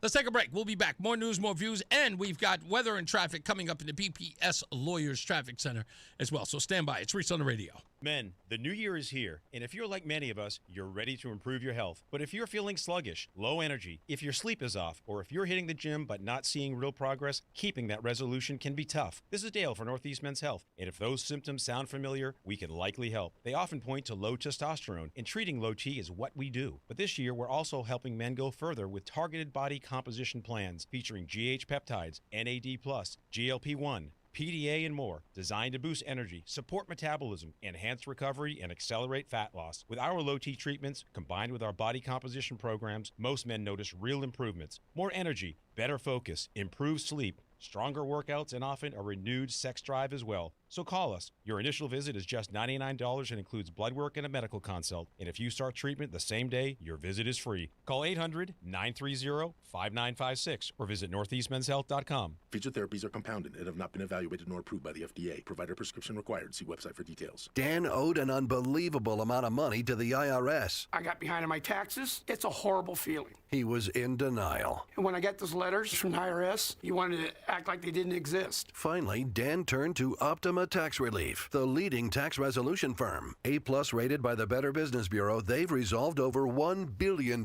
for their clients. Optima got me a settlement with the IRS. These people are really people-friendly. It was every bit of a new lease on life for me. The fast action and the great results made Dan's head spin. I felt like I was in a dream, but it's real, and I have paperwork to prove it. They got the job done, and life is good. For tax help you can trust, call Optima now for a free consultation. If you're worried about what's going to happen with the IRS, stop worrying. Make the call now. Call 800-354-2840. 800-354-2840. 800-354-2840. Optima Tax Relief. Testimonial from an actual client. Some restrictions apply. For complete details, please visit OptimaTaxRelief.com. At Uline, the prevailing opinion is, if you don't live it, you don't believe it. The people at Uline believe in hard work, and they live it by being there 24/7 to answer your call, having 41,000 items in stock, and offering same-day shipping from 12 locations across North America. Business owners, sellers, buyers, shippers, and packers believe it. Uline is the hard-working, dependable source for your shipping and industrial supplies.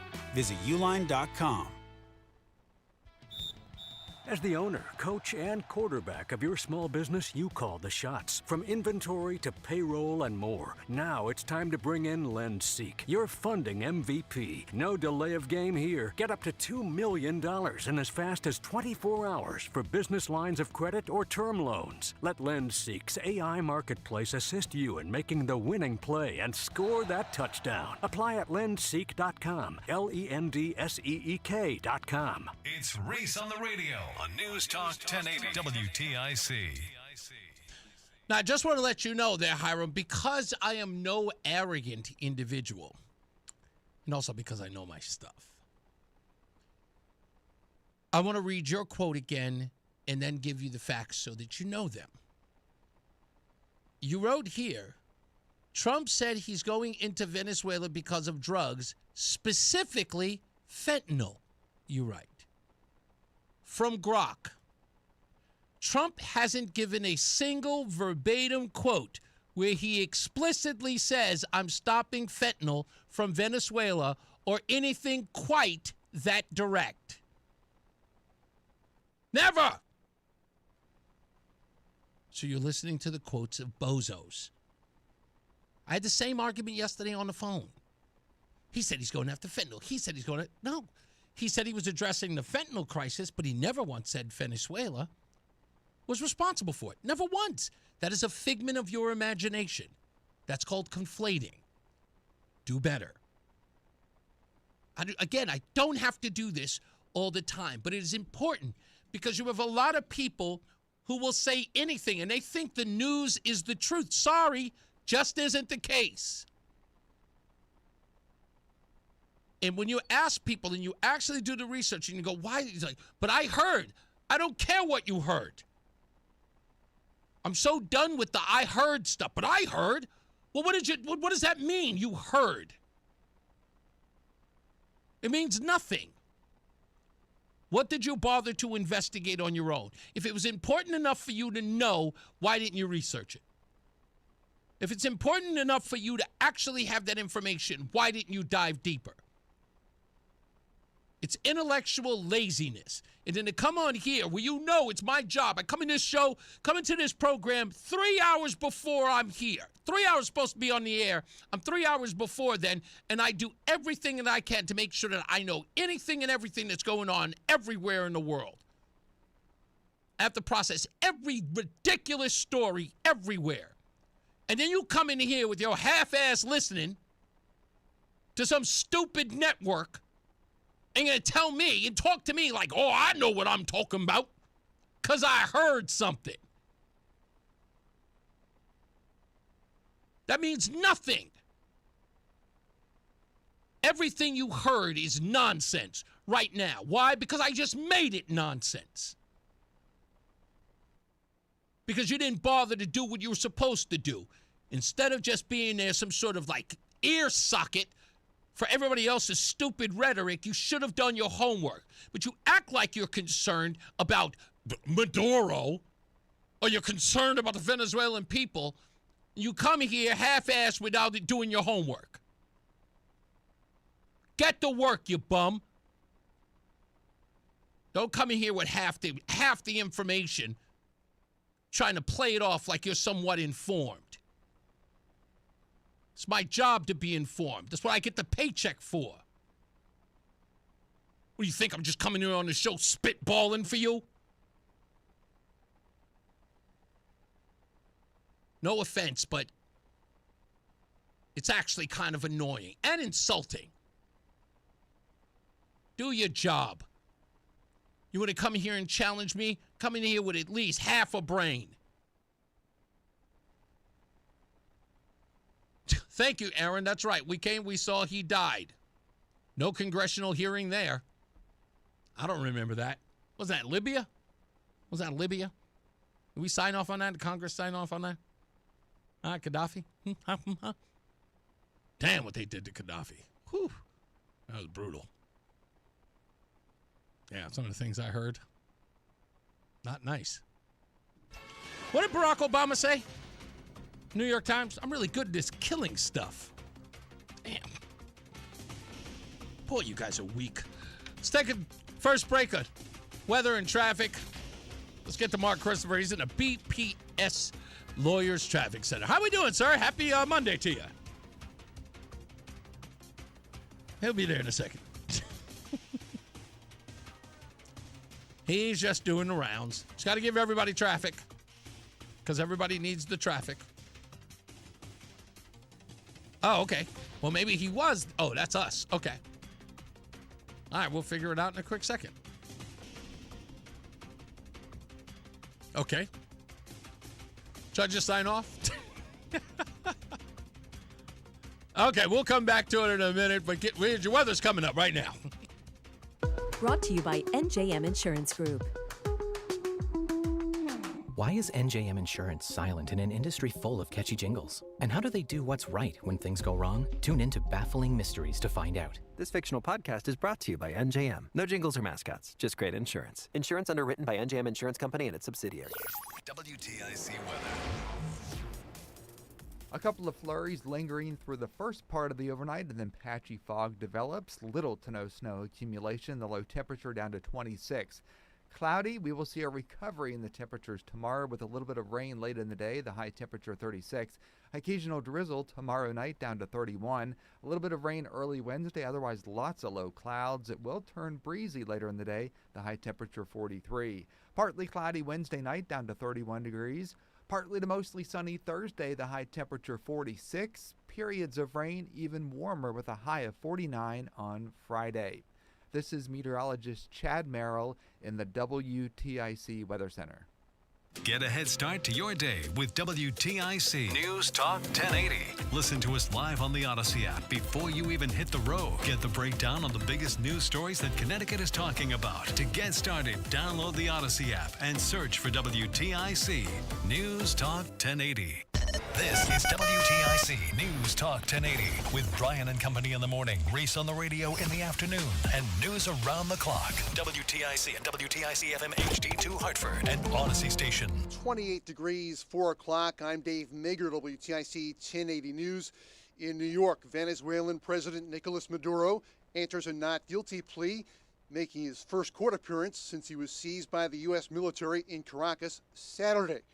He's charged with narco-terrorism and drug trafficking. His lawyers argue he's immune from arrest as a sovereign head of state. CBS News special report as he pleaded not guilty in a New York courtroom. Former Venezuelan President Nicolas Maduro said he is, quote, a decent man who is innocent. CBS's Katrina Kaufman. He said, I was captured at my home in Caracas, Venezuela, and that he ultimately said this was the first time he was seeing his indictment, but he wanted to read it personally on his own, not in that courtroom. Well, CBS News legal contributor Caroline Polisi tells us what Maduro can expect if convicted on charges that include conspiracy and drug trafficking. I mean, decades behind bars. If he gets convicted on all 4 counts, you're looking at 30, 40 years to life. A not guilty plea was entered from Maduro's wife as well. CBS's Imtiaz Tayeb tells us international concerns been raised about the Venezuelan leader's capture. Now, some allies are quietly relieved that Maduro is out of the picture, but publicly they're nervous about the precedent and the blowback. CBS News Special Report, I'm Steve Kathan. More on the international reaction. The president's actions were denounced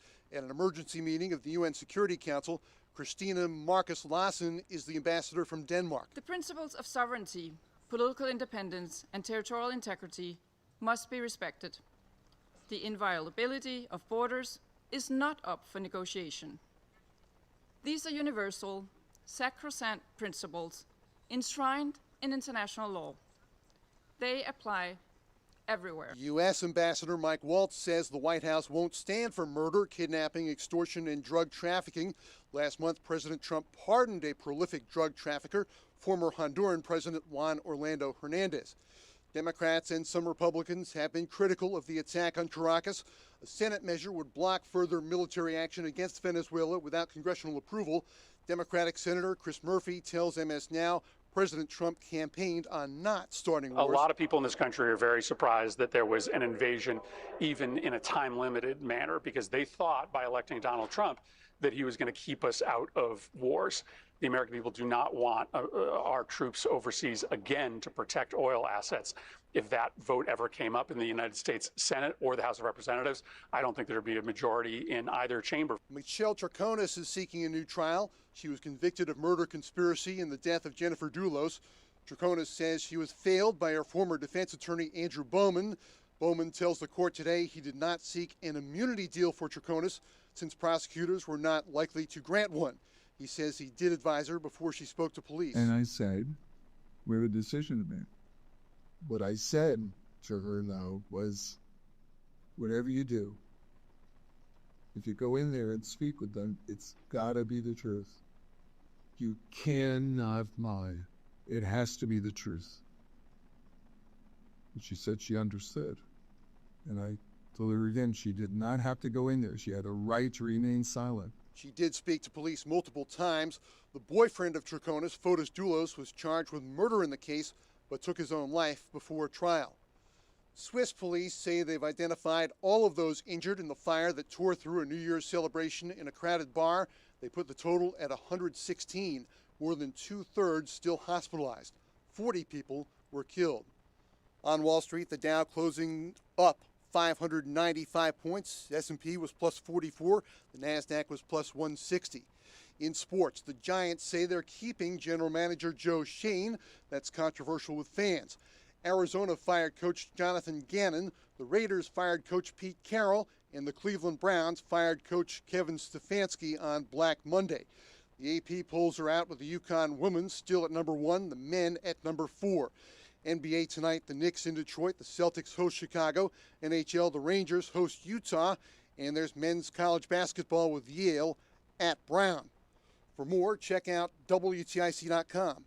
I'm Dave Mager, WTIC 1080 News. Many of you know that my inspiration for becoming an accident attorney was my brother Tim, who was rendered a quadriplegic at age 18. I didn't know what a personal injury lawyer was or what they did, but I soon did. Tim was treated terribly by the insurance company, and I became enraged. It was a constant delay and deny. I'm John Morgan of Morgan & Morgan. Tim later worked with me for 27 years. Last year, my hero died at age 65. You can see my eulogy for him by visiting mybrothertim.com. He was one hell of a man. Because of Tim, together we built the largest injury firm in the world, and our clients are treated the way I would want my family to be treated. At Morgan & Morgan, nobody is a nobody and everybody is a somebody. If you need our help, visit forthepeople.com on your phone or computer. See you soon, Tim. Morgan & Morgan, forthepeople.com. Injured? Dial pound law. Nicholas Russo, 157 Church Street, New Haven, 06510. It's Reese on the radio. And don't say we didn't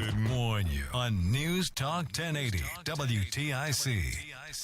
We're going to return to the contest, I think, by tomorrow. But nonetheless, just so you know, we're going to be live at the Between Rounds in Vernon on Hartford Turnpike on the 16th. That's only a little ways away. Now, think about it, 10 days away. That'll be a Friday. Roseanne will be there. I'll be there. I think the Connecticut Food Share is going to be there. But, of course, the Puyas will be there. Of course, owners of Between Rounds will be there. Now, we hope that you will be there to join us for that broadcast. Where you can hang out with us for a little while. We're going to be there for a couple hours. I'm guaranteed we're at least going to be there for about 7 hours to hang out. So you've got all the time in the world to come on by and say hello, buy a bagel, get a smoothie, get coffee, whatever the case may be. Come, hang out, be a part of the studio audience. We're going to have fun.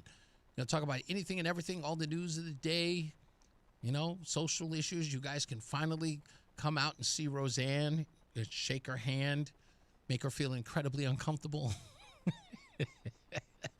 She's not like one of those people who are afraid of people, but she has been completely overwhelmed. Every time someone says to her, I listen to you all the time. I'm so excited to meet you. She doesn't know what to do with herself. She was like, people know me? She's this, she's a modest woman. And she's so grateful of all the people who have really said so many nice things about her and really excited when she's on the air and they care about what she thinks and care about her opinion and her point of view. That means a lot to her, and you guys made that happen. You made me a hero. You have no idea. You made me look like a champ. I appreciate that. Let's take a break. We'll be back with more news and more views, plus your phone calls. Mark Christopher, he's in the BPS Lawyers Traffic Center. Hey, welcome to your Monday, sir. Mark. Still nothing? Oh, okay. So he's probably just finishing up with one of our sister stations, probably. Oh, okay. All right, well, here's your weather. WTIC weather. Well, we have a couple of snow flurries well to the north across the northern suburbs. A little bit of a break right now in the city, but there's more snow flurries off towards the west that will move through this evening. Little to no snow accumulation. The low temperature tonight dropping down to 26 degrees. We rebound to 36 tomorrow afternoon, so not as cold with a little bit of rain in the afternoon. An occasional drizzle tomorrow night down to 31. A little bit of rain early Wednesday, otherwise lots of cloud cover. The winds will pick up a little bit during the afternoon. But overall, a warmer day with a high temperature of 43. Right now, it is 29 in Plainville, 28 in Meriden, and 27 in Hartford. This is meteorologist Chad Merrill in the WTIC Weather Center. Join us this Sunday for Tumalo Financial, your go-to for retirement planning and taxes. Tune in to the father-son duo from 7 a.m. to 8 a.m. or catch replay from 5 to 6 p.m. Tumalo Financial, retirement planning with integrity on WTIC NewsTalk 1080. I needed a refresh in my home. I needed to zhuzh up my dull gray walls, and I knew just who to call. Serta Pro Painters. They gave me free estimates, reliable communication, and professional painting, all at the right price. They left my home spotless, and they even helped me pick out a color that I love. I also love each Serta Pro Painters business is independently owned and operated. So if your home needs a zhuzh too, schedule your free estimate online today at CertaPro.com. That's Serta with a C. When choosing a painting professional, the choice is simple. Choose happy. Choose Serta Pro Painters. $5,000. That's the average amount of money people in the U.S. are now spending on gas in a year. $5,000. That's crazy. If you drive, you have to download Upside, the free app that gives you cash back every time you get gas. That's right, you can earn real cash back with Upside just by buying the gas you're already buying. You can literally start earning cash back today. I use Upside every time I fill up, and I've already made around $300. You're putting gas in your car anyway. Why not get real cash back? If you like free money, download Upside. I'm saving the cash I earn from using Upside to help pay for a vacation later this year. Download the free Upside app now to earn cash back every time you buy gas. Use promo code FRESH to get an extra 35 cents per gallon on your first tank. bank. You can cash out anytime right to your bank, PayPal, or a gift card for Amazon and other brands. Just download the free Upside app and use promo code FRESH for a 35 cents per gallon bonus on your first tank. That's code FRESH for a 35 cents per gallon bonus. It's Reese on the Radio on News Talk 1080 WTIC. All right, we're back. These people, again, I still don't get it. Especially those who just cannot admit what is evident in all of this. Is that, and let me help you. Bob, who's now joined in the chat room, he's another one, can't stand Donald Trump, in Hiram, Trump. Listen, screaming about everything Trump after a while gets old. It's like what you folks did to the word racist. No one cares. Like, really, I hope you understand that. No one cares. You have lost all credibility as a species, all of you. You have none. No credibility. Everything you screamed about yesterday has turned out and made you look like fools tomorrow. Every time. And you move on like the parasites you are, looking for the next thing to try to devour, which ends up making you look like fools anyway, because you have no knowledge. And again, you're a part of groupthink. You're not thinkers. You're group thinkers. You follow dogma. You don't have an honest opinion about anything. That's the reason why. And this study that people talk about all the time is so relevant to all of this. They asked a group of liberals versus a group of conservatives about their points of view on things. And liberals had to look at the extreme on everything in a sense of groupthink, where when they went to the conservatives under the same issues, they found that conservatives could have differing views on everything. No, that's not an extreme issue to me. No, that's an extreme issue to me, but not that one. And they all were. They were all over the place. The conservatives were everywhere on every issue. Yeah, I find this extreme, but others were like, nah, not so much. How do you feel about conservatives not finding this important as that is important? It was like, no, of course, everybody's an individual. Things affect them differently. What I find important, the next guy doesn't find important. Be a liberal and try to say that. It's not important for you? For children to be able to tear off their genitalia? That's not important to you? What are you, evil? You have no credibility. Do you understand that? And you don't need me to say it. You know it deep down. That's why you're here. That's why you're here. You get your jollies on this program. Why? And for what? I'm just going to shut you down and I'm going to make fun of you. I'm going to call you a bunch of crying Nancys. You must like the abuse. Ugh, I forgot. You're liberals. That's what you live for. Abuse. As you were consistently lied to. Told things are this when it's really that. You get lied to and abused and you get gaslit over and over again, and never once do you ever hold them accountable. You go right back to them like an abused wife. It's so true. I don't need to tell you that. I just watch what you do, your actions. You continue to trust the people who fail you every time. Why? Because you just don't want to go off to the other side, because anything less than just holding those people accountable is being a conservative or supporting Trump. You set that standard. Move off the plantation, you're a heretic. And so you've confined yourself to this ideal that you refuse to acknowledge is killing you. And then you come over here and try to preach that gospel to me, like in some way calling me a bigot or calling me a liar or carrying Donald Trump's weight in some way is going to affect me, like I'm going to go home and cry. Did you hear what they said about me, Roseanne? Don't give a damn. You have no credibility. I'll never give you that credibility. Your name is mud around here. I'm not like the rest of these people who are trying to pander. I'm like trying to cater to you. Trying to pander to you. I just wish they'd like me. Don't care. You think I do this for likes? I have an agenda. It's selfish, but I have an agenda. I keep trying to tell you that. I love people telling me, well, Reese has an agenda. No kidding. No squat, Sherlock. Do I have an agenda? Some of these people are just stupid. Here's a voice we haven't heard in a while. Hello, Lebo. How are you?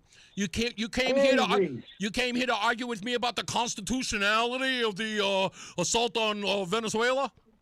No, I came to ask you what in God's name you're talking about when you say that Trump has never claimed that Venezuela was sending us fentanyl and that was justification for attacking those boats. Tell me the quote, Lebo. All right, got distracted because you were doing something different here. Okay, Venezuela is sending us their gang members, their drug dealers and drugs. They have fentanyl mostly and lots of other drugs. They killed 300,000 people in our country last year. We're not letting it happen anymore. We lost 300,000 people last year to drugs, 300,000, fentanyl and other drugs. Each boat that we sink carries drugs that would kill more than 25,000 Americans. There's just two. I mean... No. I heard you. You're speaking too fast. You can slow down. You got plenty of time. I got plenty of time. Well, the boats stop. The boats that are coming here are carrying, say it. Allegedly from Trump or what? No. Read the quote, Lebo. It's important that you read the quote. Oh, you're in court right now. Listen to me. You're in court. You're a prosecutor. Fentanyl, no. Say the quote. I want to hear fentanyl in the quote about the boats. Just read it again. No, hold on. See, this is important. Venezuela is sending us their gang members, their drug dealers and drugs. They have fentanyl mostly and a lot of other drugs. They killed 300,000 people in our country last year, and we're not letting it happen anymore. That's one quote. Okay. Okay. Another quote. We lost. Oh, by the way, when's the date of the first quote? Oh, God. This is important. You're in a court of law, sir. Well, I'd have to click the link and then go find that. Well, then, hold on. Here's what we're going to do, okay? Because, again, as I said earlier, Lebo, and maybe people won't respect me when I say this, stop coming here half-assed. It's not half-assed. No. Not if you're not, listen to me, not if you don't know the dates of the quote, because these are all relevant. They all There's no hold on. They are. You said he bombed. Hold on. You said the boats that he bombed was because of fentanyl, and he said so. So I want you to hear. I want to hear you say that he bombed the boat because of fentanyl with a quote. Okay, hold on. I've got a million things I'm looking at. Hold on. Let me find the exact one. That's okay. You know what? Let me put you on hold, and we'll do that. Give me a second. Why don't we do this? No. I'll just put you on hold. What are you not getting here?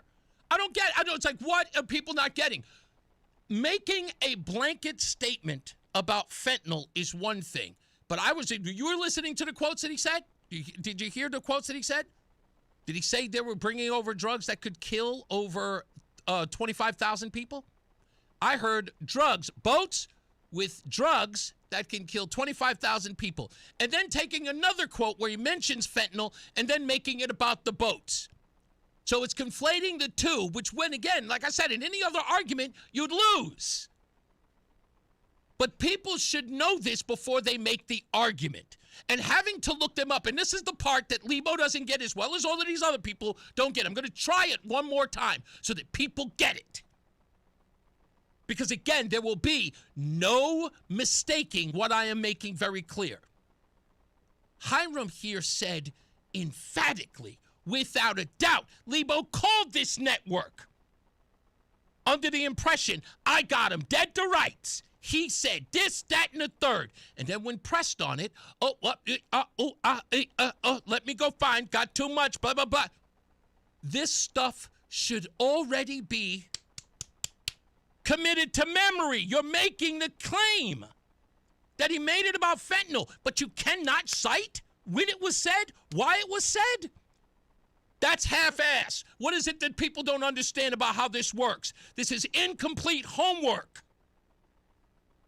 That's what that is. And having to explain it to people again and again and again. This is the reason why the rhetoric persists. This is the reason why the misinformation, as they like to call it, persists. As people walk around here, the dumbest of the dumb, because they keep listening to other people say stuff and write stuff or say, I heard, instead of getting a direct quote. And then when you ask them, did you hear Donald Trump say that? Well, I don't listen to Donald Trump. Then that matters. Did you hear that on the news? I don't listen to the news. Then that matters. You're not listening to the news. You're not listening to Donald Trump. You don't really pay attention, but you know everything. And then you come here and you challenge me, the guy who's got to do all the homework.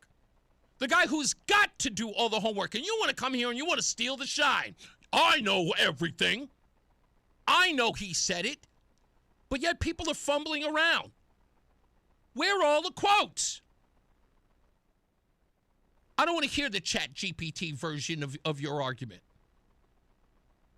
You should be able to find the links right now. You should be able to put them on my email, on my Facebook. I mean, it's not my Facebook page. Sorry, on my webpage. You should be go to them right now. Click that link, and I can see it right there in front of me. Donald Trump says a lot of things. Donald Trump says a hell of a lot of things. But if you want to make a semantics argument about whether or not he said fentanyl or whether or not he said cocaine, that's ridiculous. I still haven't heard anybody explain to me how a boat with no flag running at great rates of speed becomes a constitutional crisis. I can see people looking at the boat. I can see the boat with packages on them. It damn sure don't look like tuna. And I see them getting blown up. And I hear everybody in the world talking to me like they're an authority. Haven't done any research and get all their talking points from the folks over at the news. I don't understand it. Never have and never will. I'm sorry. With all due respect, those days are over. I want an informed public. And I want them doing the work instead of just being so eager to come on the air and argue with me. Have your ducks in a row. That's all. Just have your ducks in a row. You're making an indictment. You're claiming that the president broke the law. You're claiming that he is that he is a war criminal in essence. You're saying that the president of the United States is engaging in a full-fledged war, an illegal one at that. If you want to make those claims, I get the whole I'm frivolous and I can say whatever I want. Who cares? You know, facts be damned. Okay. But don't get mad at me if I push you on it. That's my job. I got to push you on it. What's up, Frank? Fred, sorry. It's Ralph. Ralph, goodness gracious, I'm calling the wrong name. What's up, Ralph? Reese, I got a couple things for you. First of all, that clown you're talking about, if it was a Democrat that did this, you think he'd be saying the same thing?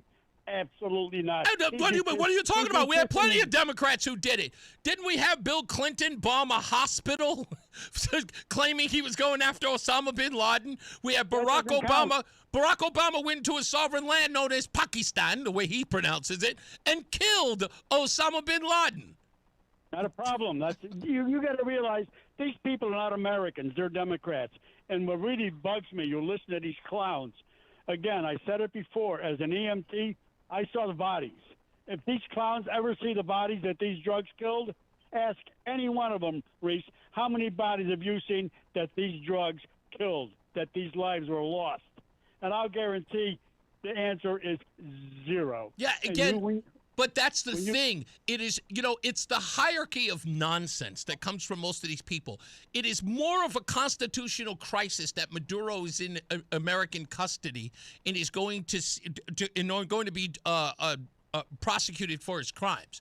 It's one thing to look at that and be outraged about it, but on the other side is to turn around and scream out semantics when we know the scourge of drugs coming from these places like Colombia, like Venezuela, like Mexico, and other places, China for that matter. We know that. And to play these semantic games about fentanyl versus cocaine.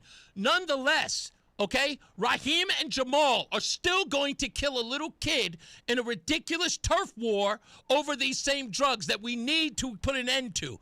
And as far as I'm concerned, the ends justify the means. So having this conversation about the constitutionality of all of this means nothing to me. You know what you have to do, too, Reese, is ask clowns like Murphy and the rest of those clowns, what is your plan to stop all these drugs from coming into this country? Please, put it in writing. We want to know what your plan is to stop the drugs from coming in. And I will guarantee they have none. Oh, no, they don't want, listen, they don't want the stop of the drugs coming into the country. They just believe that, let everybody take drugs if they want to, and we'll love them to death. That's all. We'll just love them through it. Another thing, too, Reese, and I have to say this, you disappoint me because I thought you were a smart guy. Why didn't you move to Minnesota, claim to be a Somali, and start 3 or 4 businesses 4 or 5 years ago? You'd be living on Easy Street right now. Because there's a federal indictment associated with that, and I want no parts of it. None whatsoever. Thank you, Ralph. I appreciate you, buddy. We got to take a break. We'll come back. More news, more views. We'll give Lebo another crack at it. Now he'll have the quotes. I promise you. Ugh. I hate to be mean about it, but the bottom line is that good? Let me calm down. It's really simple. They got to get Trump out of the way. Have a conversation about what's going on. Okay? Trump is not the issue here. I know they want it to be, but he is not. It's nothing to do with this at all. The other part that people have to recognize is that if you don't think that the administration is weighing out all the legality, as it were, you're the person not paying attention. When we come back, I'll lay out exactly what I'm talking about, okay? Stand by for that. Now let's get another check of weather and traffic. Mark Christopher is in the BPS Lawyers Traffic Center. I think we got him now. Mark?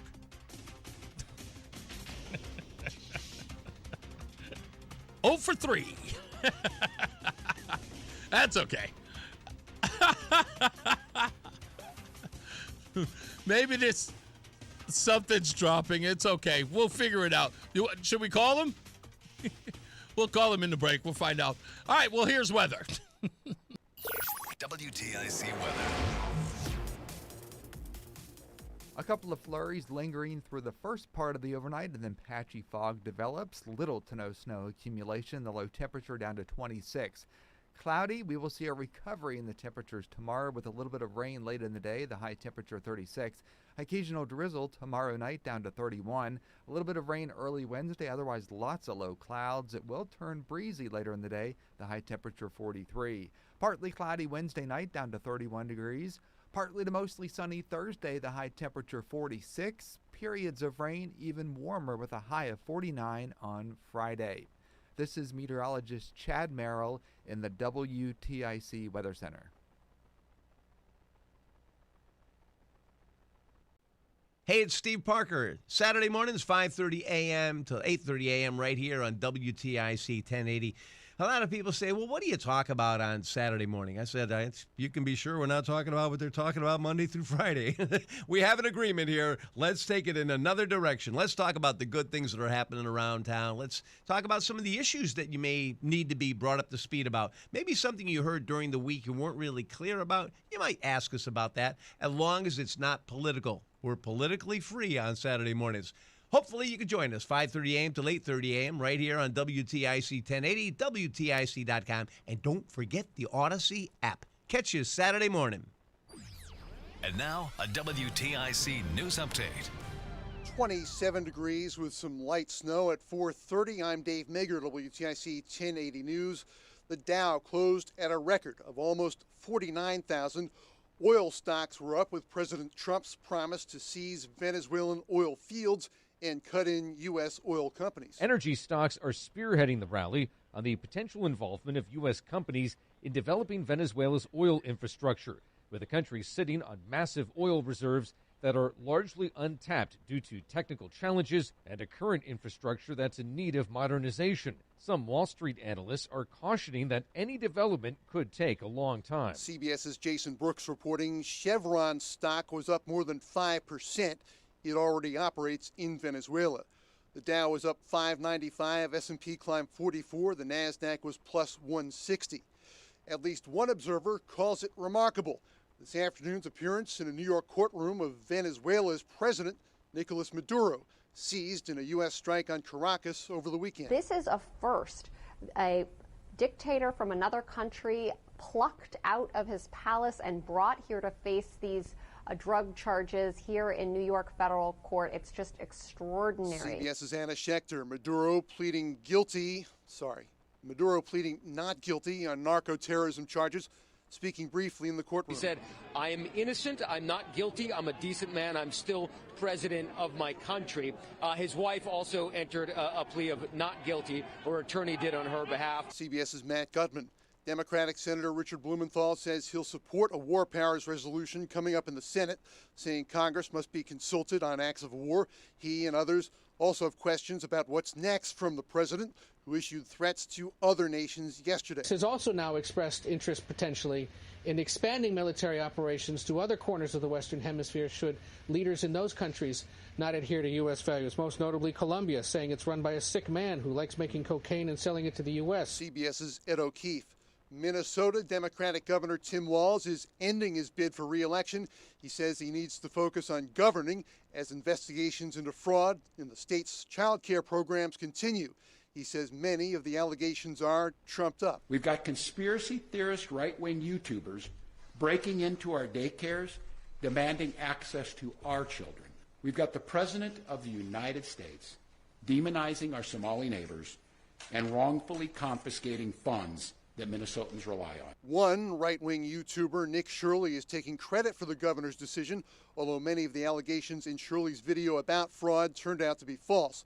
Still, a federal investigation continues. In sports, the New York Giants say they're keeping general manager Joe Shane. Arizona fired coach Jonathan Gannon. Las Vegas fired coach Pete Carroll. And the Browns fired coach Kevin Stefanski. The AP polls are out with the UConn women still at number 1 and the men at number 4. For more, check out WTIC.com.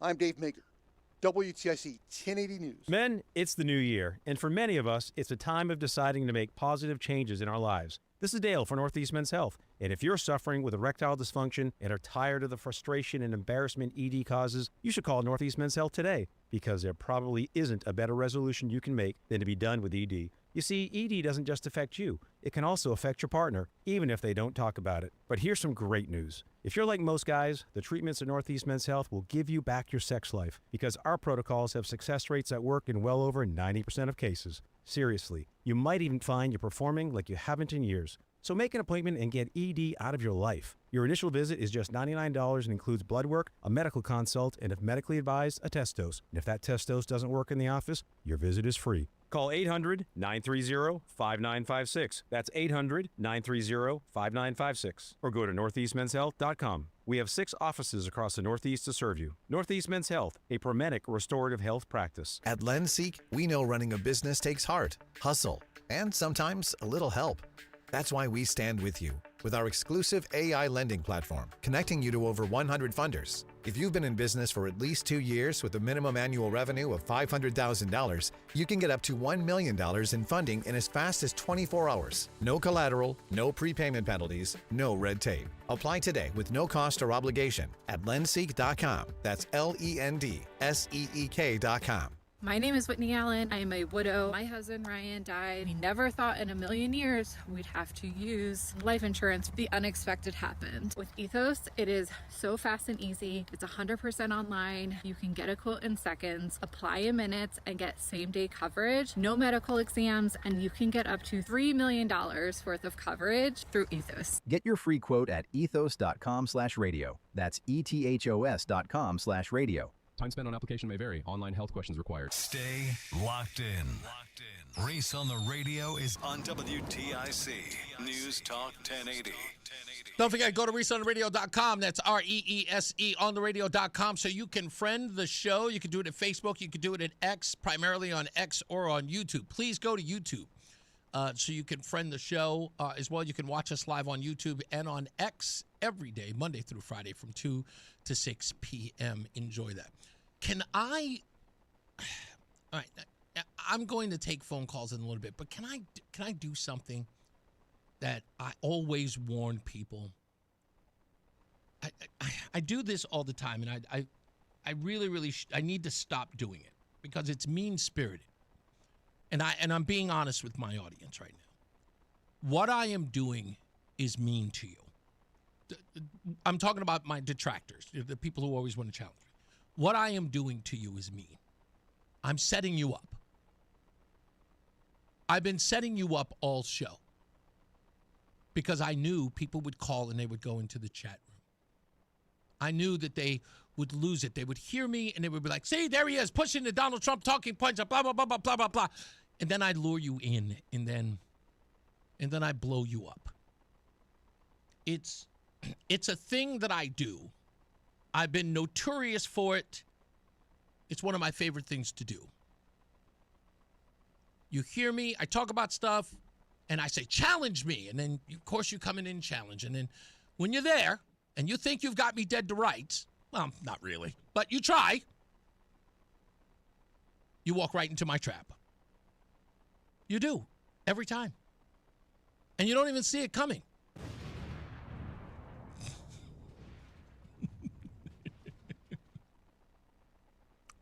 What is everybody arguing about with Nicolas Maduro? What's everybody arguing about? That Donald Trump went to Caracas and grabbed Nicolas Maduro and then brought him into the United States. And why, they tell you? Because he was trying to stop Donald Trump, trying to stop Nicolas Maduro from bringing fentanyl into the United States. Now, I already know it's a lie. Want to know why? Well, you're going to have to wait. Because everybody keeps missing one key element to Nicolas Maduro's arraignment today. And it's in plain sight. And they all know it's there, but they keep ignoring it. Even Lebo brought it up yesterday as I talked to him on the phone. And as usual, I set the trap. Let's get another check of traffic and weather. This time, we're crossing our fingers, Mark Christopher is in the BPS Lawyers Traffic Center. Hi, Reese. Thank you very much. There he is. Did you guys turn me up finally? Yeah, you're right. Yeah, it wasn't. We didn't turn you up. Okay, all right, no problem. All right, well, you're here. I'm here. It's great to be here. Hey, if you're heading into Hartford right now, westbound 84 tight up Bulk, the bridge out to 45, Flatbush 84 eastbound moving well, Farmington out into Vernon. Both sides of 91 okay, Cromwell up into Windsor Locks. 291 through 84 okay, 2 eastbounds okay, Glastonbury to Marlboro. Quiet Middletown, Waterbury 84 westbound's a little tight as you approach the Mixmaster in Waterbury, and 95 southbound just a little slow in New Haven, moving down by exit 44. This traffic report is being brought to you by Columbia Implant Center in Manchester. Traffic moves slow, but your transformation shouldn't.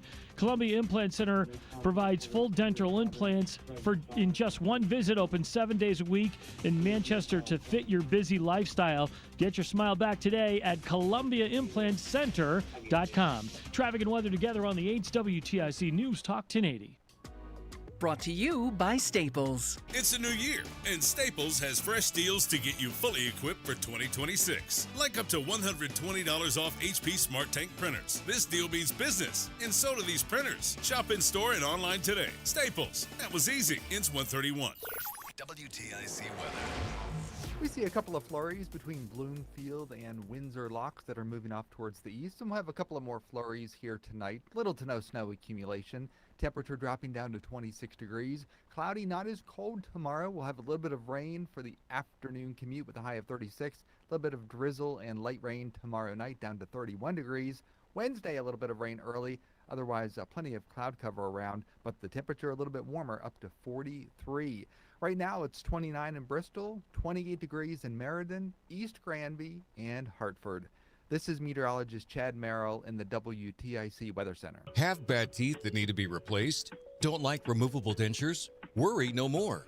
Come on down to Columbia Implant Center in Manchester any day of the week and ask for the all-on-4 procedure. Call us at 860-643-1898.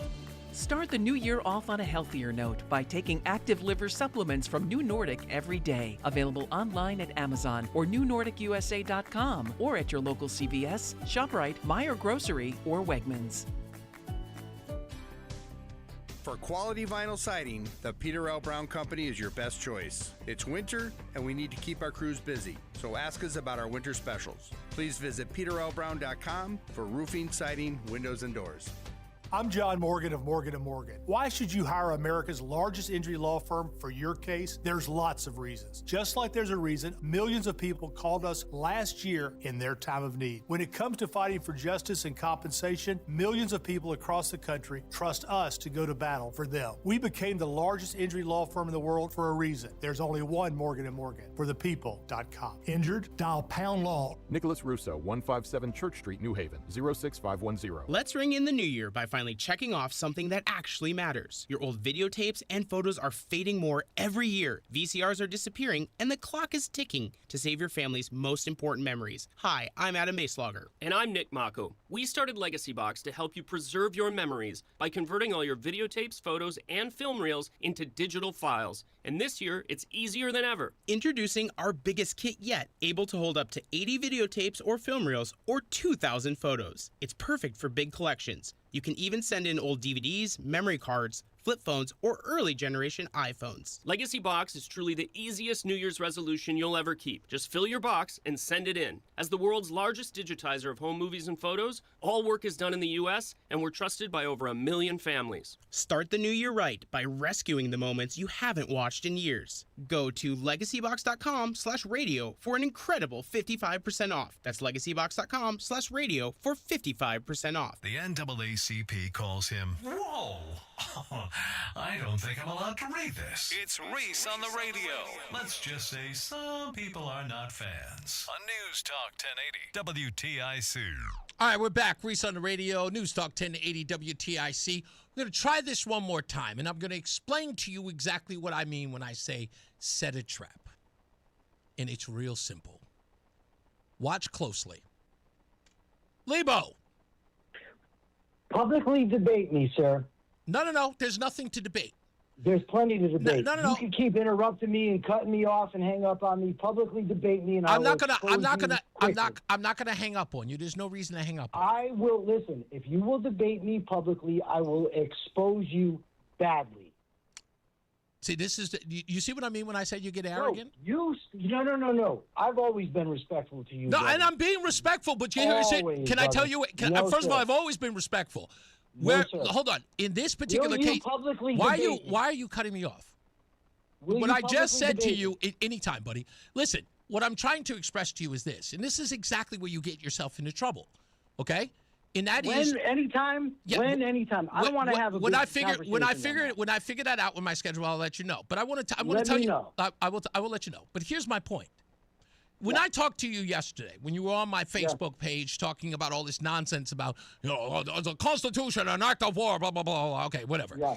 The bottom line is this, and I said you said that Donald Trump had been running around talking about fentanyl.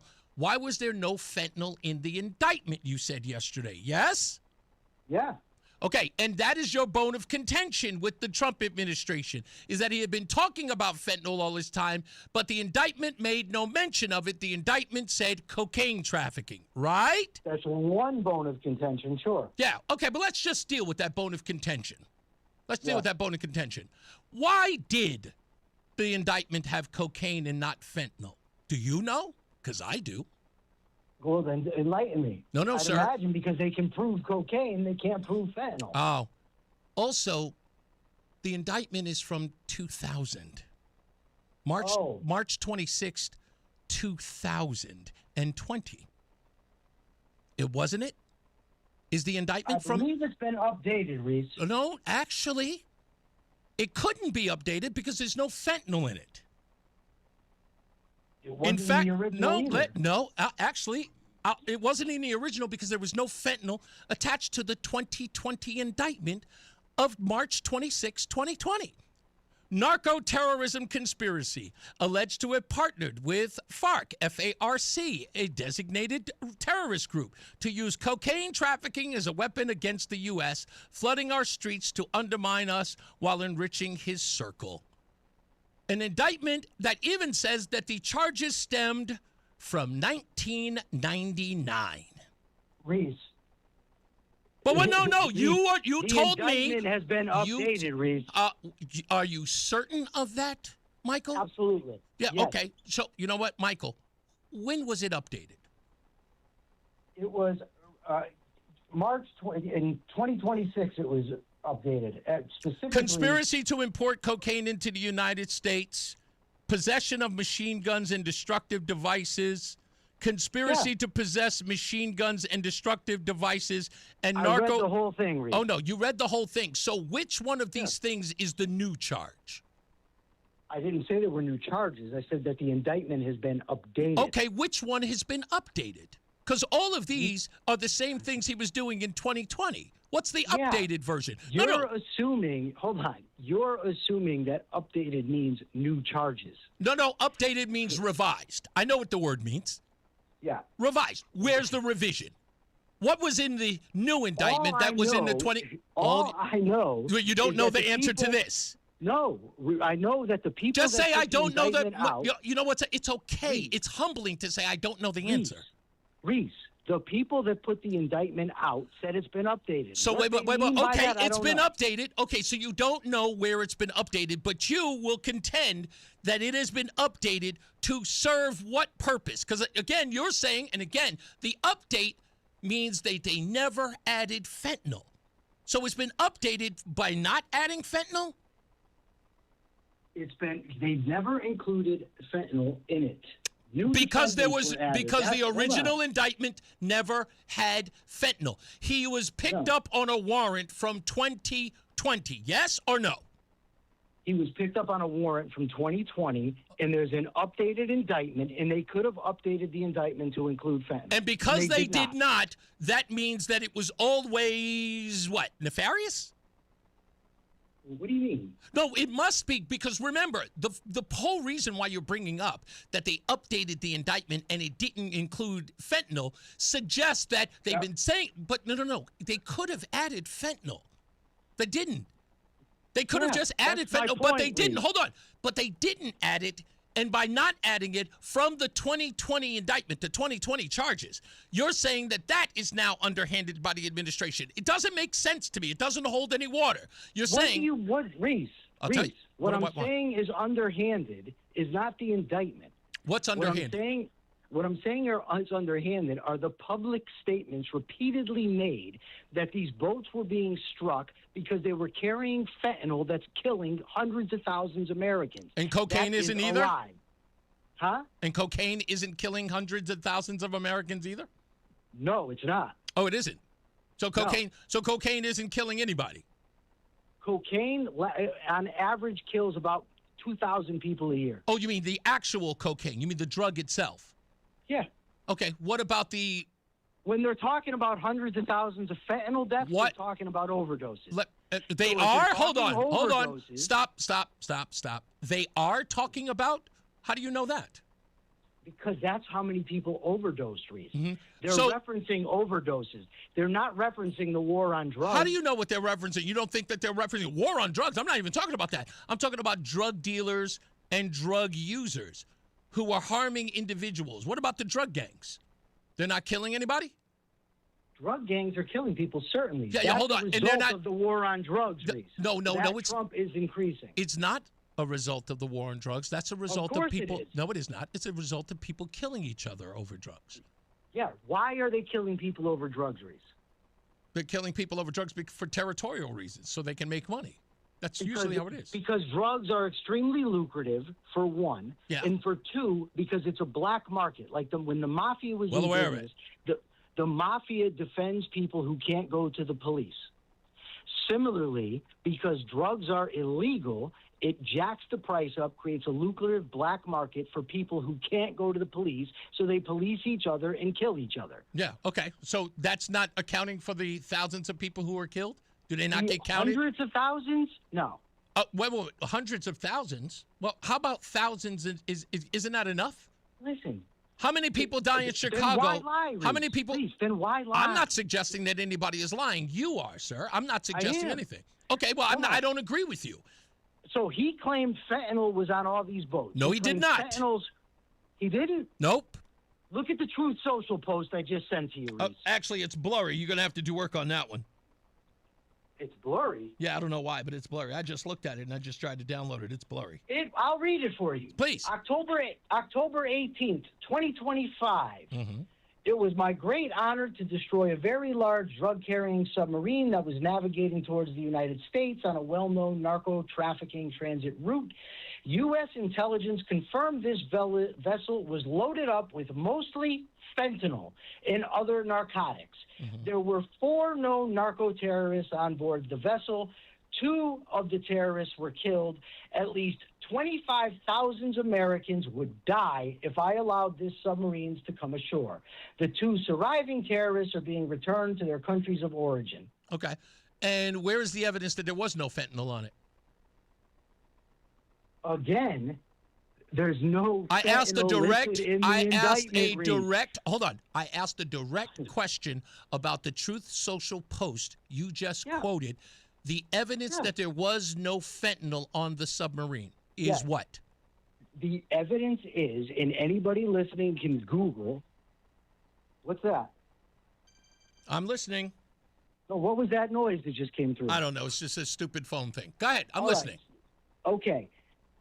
Again, if there were mass amounts of fentanyl coming from Venezuela, why not include it in the indictment? We're going. Okay, now you're going in a circle. That's my evidence. Hey, no. I need. Come on.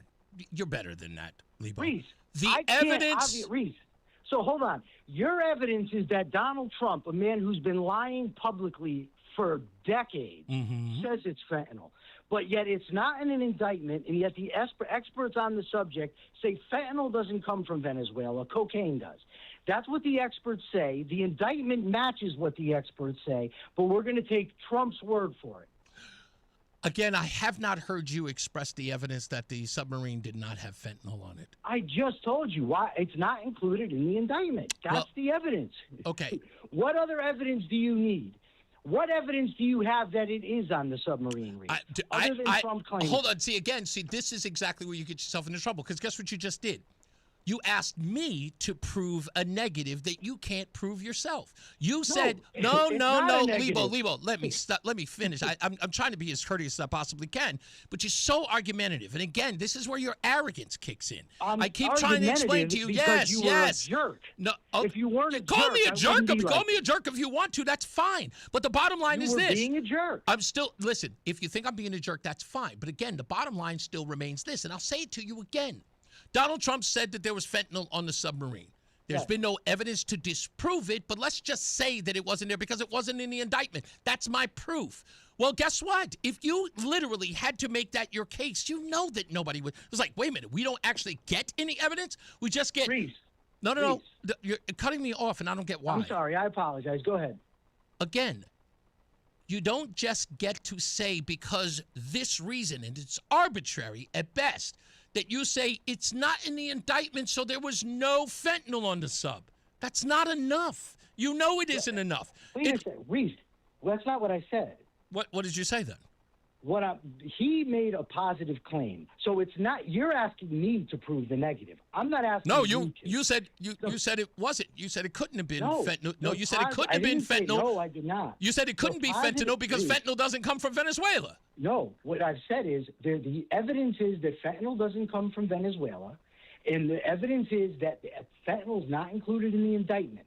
Donald Trump made a positive claim that there was fentanyl on those boats. And what I'm saying is there's no evidence of that other than Donald Trump's claim. Okay. And again, that doesn't mean that there isn't facts associated with his post. Because again, what you're saying is the president of the United States put out an operation that destroyed a submarine through his military. His military gave him the... Why? I still don't know why you're interrupting me. Because first you said he didn't claim it. No. No. You provided. Wait. You provided the claim about a submarine, not a boat. You said on a boat. Now you're telling me it's a submarine. Those are two different things. So anyway, since we're on the subject of the submarine, let's stick to it. I'm not the person who came up here with the wrong information. You did. Now I have to correct the record. Information. You said boat, and now you're telling me it's a submarine. Reese, what I'm going to do is I'm going to pepper your Facebook page with quotes from Trump about both. Please don't. No, because I can't go through it all right now. There's not enough time. So how else am I going to prove that I gave you plenty of time. But we've been arguing about this one post. Yeah, I know. When are we going to publicly debate it? That's all I want to do. Lebo, it's okay. You're going to be fine. Are you going to publicly debate me? Yes, but if it works in my schedule, absolutely. I'd love to. I'll work around you. Anytime I know you will. I know. Listen, look, everybody's an intellectual challenge to you, Lebo. I know. It's okay. What? Everybody's an intellectual challenge? I don't know. For some odd reason, like you want to debate me publicly so I can... What? To do what? To humiliate me? Well, you must not know me. You can't humiliate me. Humiliate you, no. Defeat your argument, yes. Oh, listen. This is the difference between you and I, Lebo. I'm not trying to win any arguments, dude. What? No. Reese, you hung up on me earlier and literally went off. I put you on hold. On the show who don't know what they're talking about. Because, Lebo, I had to make not say that Lebo, over and over again? Yes, I had to make you go back and do your homework. You should have came prepared. You of all people. So hold on a second. So you think that you can click me off, insult me, talk about how I'm uninformed, get all my information from the news, and then when I want to debate, you come out and say, why would you want to debate me? No, I'm asking you. Why would you want to debate me? Why? Because obviously I have some, I'm some sort of what am I? Am I some sort of person that you have to debate so you can prove me wrong? Am I some sort of is this an Ahab Moby Dick thing? What is this about? Reese. I'm not. Reese, I debate people all the time. Yes, I know. I know that you do. It's a cottage industry. Yes, I debate people with whom I disagree with their ideas. Yeah, I'm going to take a break. I'm going to take a break. But can you imagine a debate where you sit up there and you lay out everything and I just look at you and I go, I don't care? It's not a debate. I want you to make your argument. This is the reason why I don't debate. But it's a good one, though. It's all right. Thank you, Lebo. I appreciate the time. We got to get another check of weather and traffic. Mark Christopher is in the BPS Lawyers Traffic Center. Hey, buddy. Hey, Reese, thank you very much. Well, if you're heading into Hartford right now, southbound 91 delays 33 down to 32 A and B. Northbound side of 91 moving well. Cromwell through downtown up into Windsor. Westbound 84 is tied up now just after 56 Governor Street out to 47 Sigourney. Eastbound 84 is a little slow. 48 Capitol Avenue into the tunnel. 291 through 84, no issues east of the river. 2 eastbound moving well. Glastonbury to Marlboro. 9 southbound's a little tight at the Aragoni. Both sides of 84, both sides of Route 8 moving well through Waterbury. South 95 New Haven tight 46 down to 44. Traffic and weather together on the 8th. WTIC News Talk 1080. WTIC weather. A couple of flurries lingering through the first part of the overnight, and then patchy fog develops. Little to no snow accumulation. The low temperature down to 26. Cloudy, we will see a recovery in the temperatures tomorrow with a little bit of rain late in the day, the high temperature 36. Occasional drizzle tomorrow night down to 31. A little bit of rain early Wednesday, otherwise lots of low clouds. It will turn breezy later in the day, the high temperature 43. Partly cloudy Wednesday night down to 31 degrees. Partly to mostly sunny Thursday, the high temperature 46. Periods of rain even warmer with a high of 49 on Friday. This is meteorologist Chad Merrill in the WTIC Weather Center.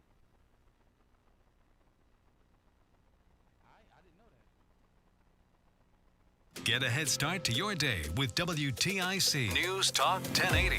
Listen to us live on the Odyssey app before you even hit the road. Get the breakdown on the biggest news stories that Connecticut is talking about. To get started, download the Odyssey app and search for WTIC News Talk 1080. This is WTIC News Talk 1080 with Brian and Company in the morning, Reese on the radio in the afternoon, and news around the clock. WTIC and WTIC FM HD2 Hartford and Odyssey Station. 28 degrees at 5. I'm Dave Mager, WTIC 1080 News. In New York City, Venezuelan President Nicolas Maduro made his first court appearance since he was seized by the U.S. military over the weekend. A defiant yet deposed Venezuelan President Nicolas Maduro declaring himself the president of my country as he protested his capture and pleaded not guilty to the federal drug trafficking charges the Trump administration used to justify the brazen raid that removed him from power. Speaking Spanish, he said, "I was captured," before being cut off by the judge. Asked later for his plea, Maduro said, "I am innocent. I am not guilty. I am a decent man, the president of my country." Maduro wore a blue jail uniform, was led into court along with his wife, Cecilia Flores, who also pled not guilty to the same narco-terrorism charges. Julie Walker, New York. Maduro's lawyers argue he's immune from arrest as a sovereign head of state. So what's next in Venezuela? Maduro's vice president is in charge for now, but President Trump says the U.S. is running things. Democratic Senator Chris Murphy tells MS Now very little information has been shared with Congress. My guess here is that Trump thinks that he's going to be able to control the decision-making of this it's not a new government, control the decision-making of Maduro's lieutenants that he's left in charge of the country by threatening another invasion, which he has said openly. That, of course, would be a terrible idea. There are all sorts of very well-armed groups inside Venezuela that would provide fierce resistance. Murphy and Senator Richard Blumenthal say they'll support a war powers resolution coming up this week. It would ban further military action against Venezuela without congressional approval. Serving time for murder conspiracy and the death of Jennifer Dulos, Michelle Troconis spent the day in a Rockville courtroom. She's trying to get a new trial, saying she was failed by a former defense attorney, Andrew Bowman. Bowman spent all day on the stand and tells the court he did not seek an immunity deal for Troconis since prosecutors were not going to grant one. I thought there was zero possibility that he would ever grant her immunity since he thought he had enough evidence to charge her with accessory murder. That happens so infrequently that it's just, that's not what law enforcement does. They have to be able to gauge credibility. Bowman says the decision to talk to police was up to Troconis. She did several times. The CDC takes the unprecedented step of dropping the number of vaccines it recommends for every child, cutting protection against a half dozen diseases. It's a move slammed by the nation's pediatricians. CBS's Sabrina Cupid reports. It's now recommended that children get just 10 vaccines. That's down from 17 on the previous schedule. It's still recommended that children get the measles, mumps, and rubella vaccines and immunizations against polio, chickenpox, HPV, and others. But when it comes to recommendations for vaccination against RSV, meningococcal disease, hepatitis B, and hepatitis A, those are recommended for high-risk individuals. When it comes to flu, COVID-19, and rotavirus vaccinations, that'll be left up to parents and doctors to decide. The White House claims the overhaul won't result in families who want the vaccines losing access and that insurance will still pay. But medical experts say the move increases confusion for parents and could increase preventable disease. The Democratic governor of Minnesota, Tim Walz, is ending his re-election bid. There's a fraud investigation into child care programs in that state. Walz says he can no longer devote the energy needed to win another term. In September, I announced that I would seek a historic third term as Minnesota's governor, And I have every confidence that if I gave it my all, we would win the race. But as I reflect on this moment with my family and my team over the holidays, I came to the conclusion that I can't give a political campaign my all. Meantime, the children of murdered Minnesota House Speaker Melissa Hortman are asking President Trump to remove a conspiracy video from his social media feed. It falsely suggests Walz had something to do with the killing. Hortman was shot and killed alongside her husband Mark last June. State Senator John Hoffman and his wife were shot and wounded in their home 90 minutes earlier. Vance Belter faces federal charges for the shootings. Trump first reshared the video that states Belter made the claim Walz ordered him to kill Hortman in a letter authorities say they found in his vehicle. Prosecutors called the letter a delusion. The Hortman's children asked Trump to remove the post, saying it promotes a false narrative. Steve Kathan, CBS News. The Dow closed at a record of almost 49,000. A surge in oil stocks came due to President Trump's promise to seize Venezuelan oil fields and cut in U.S. companies. The Dow is up 595 today. S&P climbed 44. The Nasdaq was up 160. Sports, the AP polls are out with the UConn women still at number 1 and the men at number 4. The Giants say they're keeping general manager Joe Shane despite a .255 win percentage over the last 3 years. Coaches firings, Jonathan Gannon in Arizona, Pete Carroll in Las Vegas, and Kevin Stefanski in Cleveland. NBA, the Knicks in Detroit, Celtics host Chicago, NHL, the Rangers host Utah. For more, check out WTIC.com. I'm Dave Maker, WTIC 1080 News. The new year means new resolutions, not just for your body, but for your finances as well. Did you know that financial health is directly related to your identity protection? This is why you need LifeLock. LifeLock monitors hundreds of millions of data points per second. If your identity is stolen, LifeLock's restoration specialist will fix it, guaranteed, or your subscription money back. Resolve to make your identity, health, and wealth part of your New Year's goals with LifeLock. Visit LifeLock.com and save up to 40% off your first year with a promo code BECK. Terms apply. Progressive Commercial presents Heroes That Keep Truckers Going. Today's hero, the vending machine restocker who gave you a free energy drink. Was it out of the kindness of her heart, or was it just one less can she had to stock? Either way, thanks, hero. What else can keep truckers going? Progressive truck insurance with primary liability limits up to $2 million. Get a quote in as little as 7 minutes at progressivecommercial.com. Progressive Casualty Insurance Company and Affiliates. Covered subject to terms and limits. The hour that packs a punch. It's Reese on the Radio on WTIC News Talk 1080. You guys know that I always keep it real here on the program. And sometimes even I have to get chastised in some ways. But in being chastised, I still have to defend myself. So I want to read what Zap wrote, okay? Zap says, I normally enjoy your show, Reese, and what you have to say. But today you seem very argumentative with the name calling and telling people to do their homework. Today's show is very demeaning. You and Lebo can have a debate. That's what a real conversation is. If everything you say is gospel and we need to do our homework and we can talk about things with you, why would you even call in? Why would anybody call in to be insulted? Okay. You're part right, Zap. I am argumentative. I'm being argumentative. Okay? I can't always hit him out the park. I'm genuinely a nice guy. In fact, I will say I'm absolutely, generally, a very, very nice guy. I believe so. However, I am not to be trifled with. Ever. And if that comes off as mean-spirited, I expect people to take issue with it. It may be a little off-putting. But I am not. I don't suffer fools. I just don't. And if that's insulting as well, true. We'll give it a minute. I'll explain in a second. It's very important. I'll explain in a second. Let's get another check of traffic and weather. Mark Christopher is in the BPS Lawyers Traffic Center. Hey, Mark. Hey, Reese, thank you very much. If you're southbound 91 delays, Hartford 33 down to 32 A and B. Westbound side of 84 slowing 56 Governor Street out to 46 Sisson Avenue. Eastbound 84 looks good. Farmington out into Vernon. 291 384 moving well. 2 eastbound's okay into Glastonbury. Both sides of 9 a little heavy at the Aragoni Bridge in Middletown. Heading down into New Haven, 95 southbound delays from 44 down to 43 in West Haven. Traffic and weather together on the 8th. WTIC News Talk 1080. WTIC weather. We see a couple of flurries on the radar, mainly to the north of the city and well to the west. Those flurries will be moving through during the first part of the evening. Little to no snow accumulation. The temperature drops to 26 degrees overnight.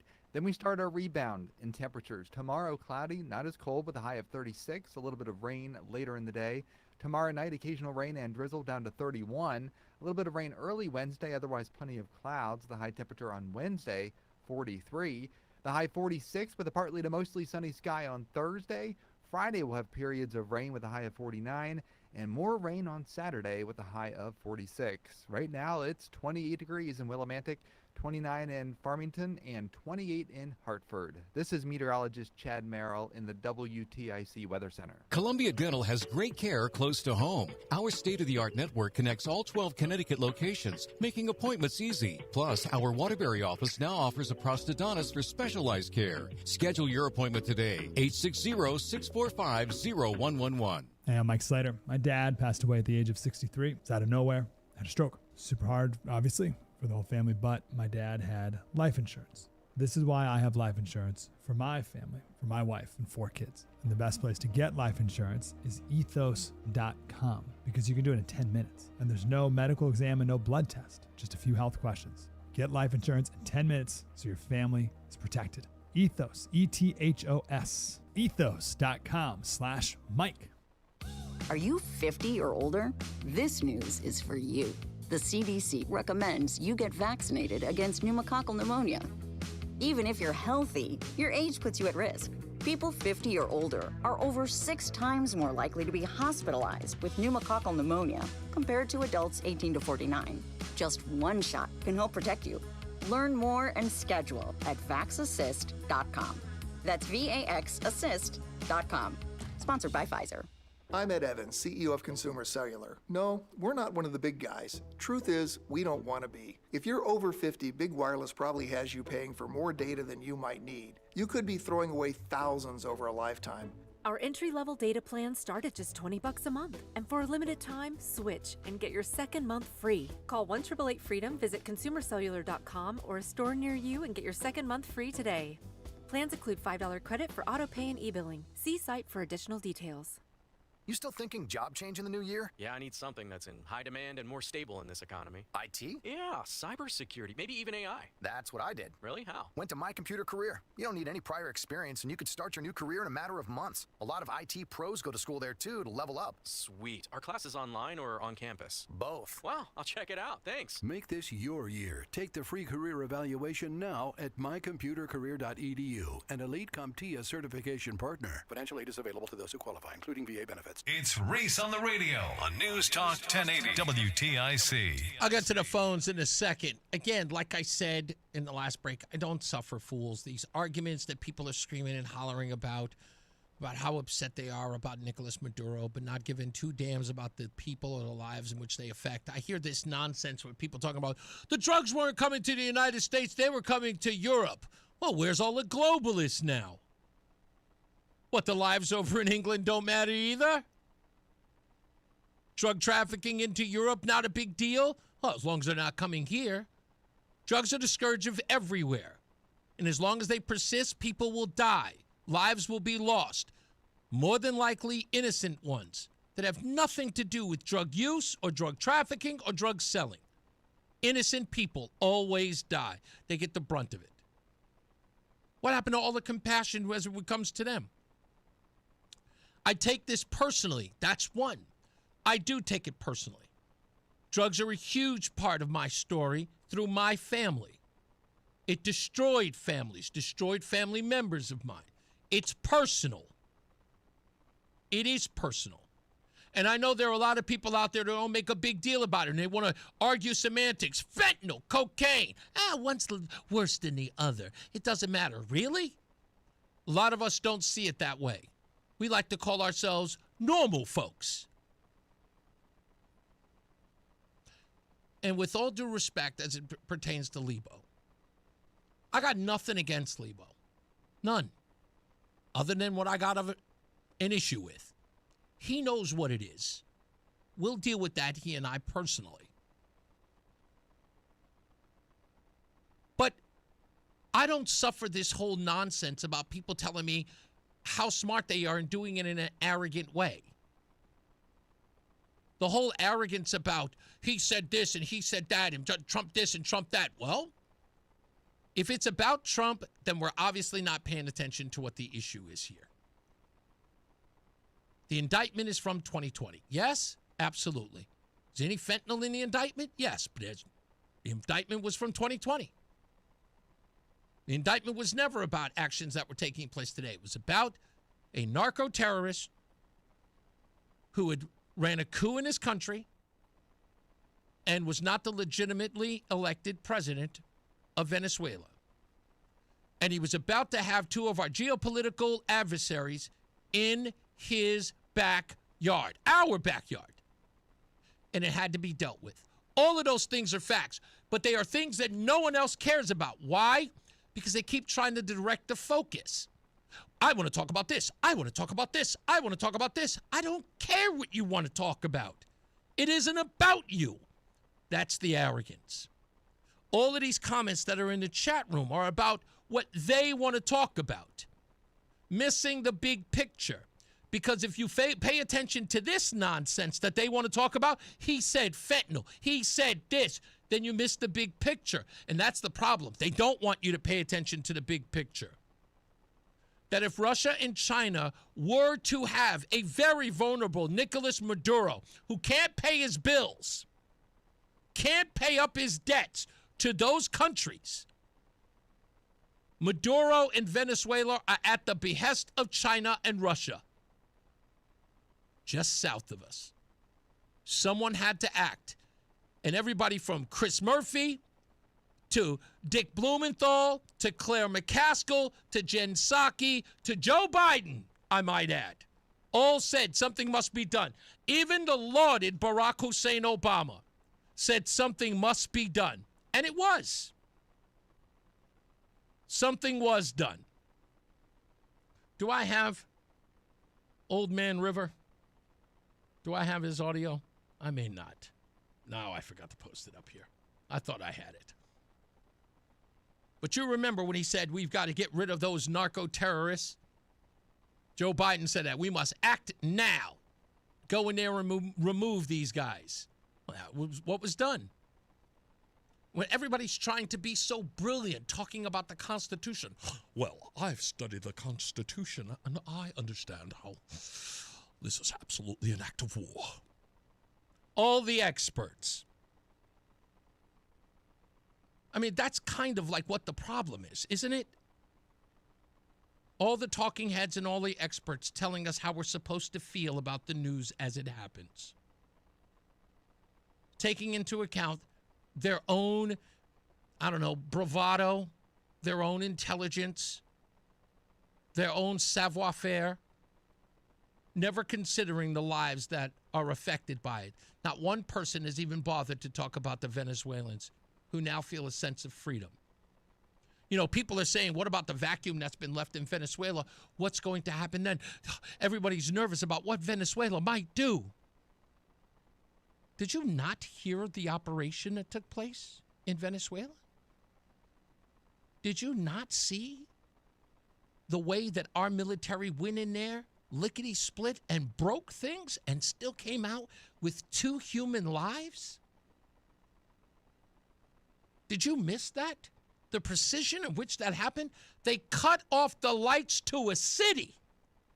Toom.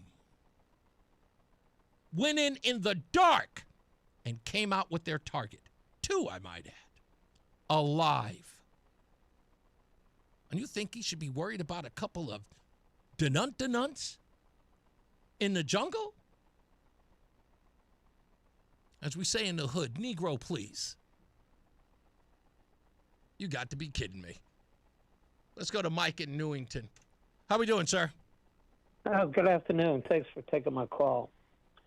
A couple of things.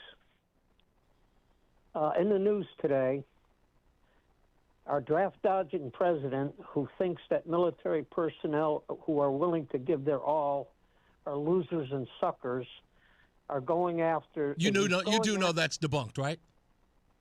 No, that's true. No, it isn't. Are you going to believe Donald Trump? No, I'm actually not going to believe. I'm not going to believe the ridiculous individual who wrote the article in the Atlantic. Apparently, you are. No. But who wrote the article that said he called them losers? I don't care. No, you must care. You quoted it. It matters who gave him the information. Yeah. Who wrote it? Do you know the guy who wrote it? I don't care who wrote it. Well, you had to because you quoted it. I didn't quote the article. That's where the quote. Excuse me. That's where the quote comes from. An article written in the Atlantic. Yes, it is.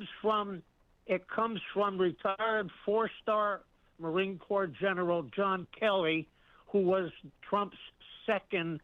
Who did he say it to? Staff. Who did Kelly repeat those words to? Where did you read about it?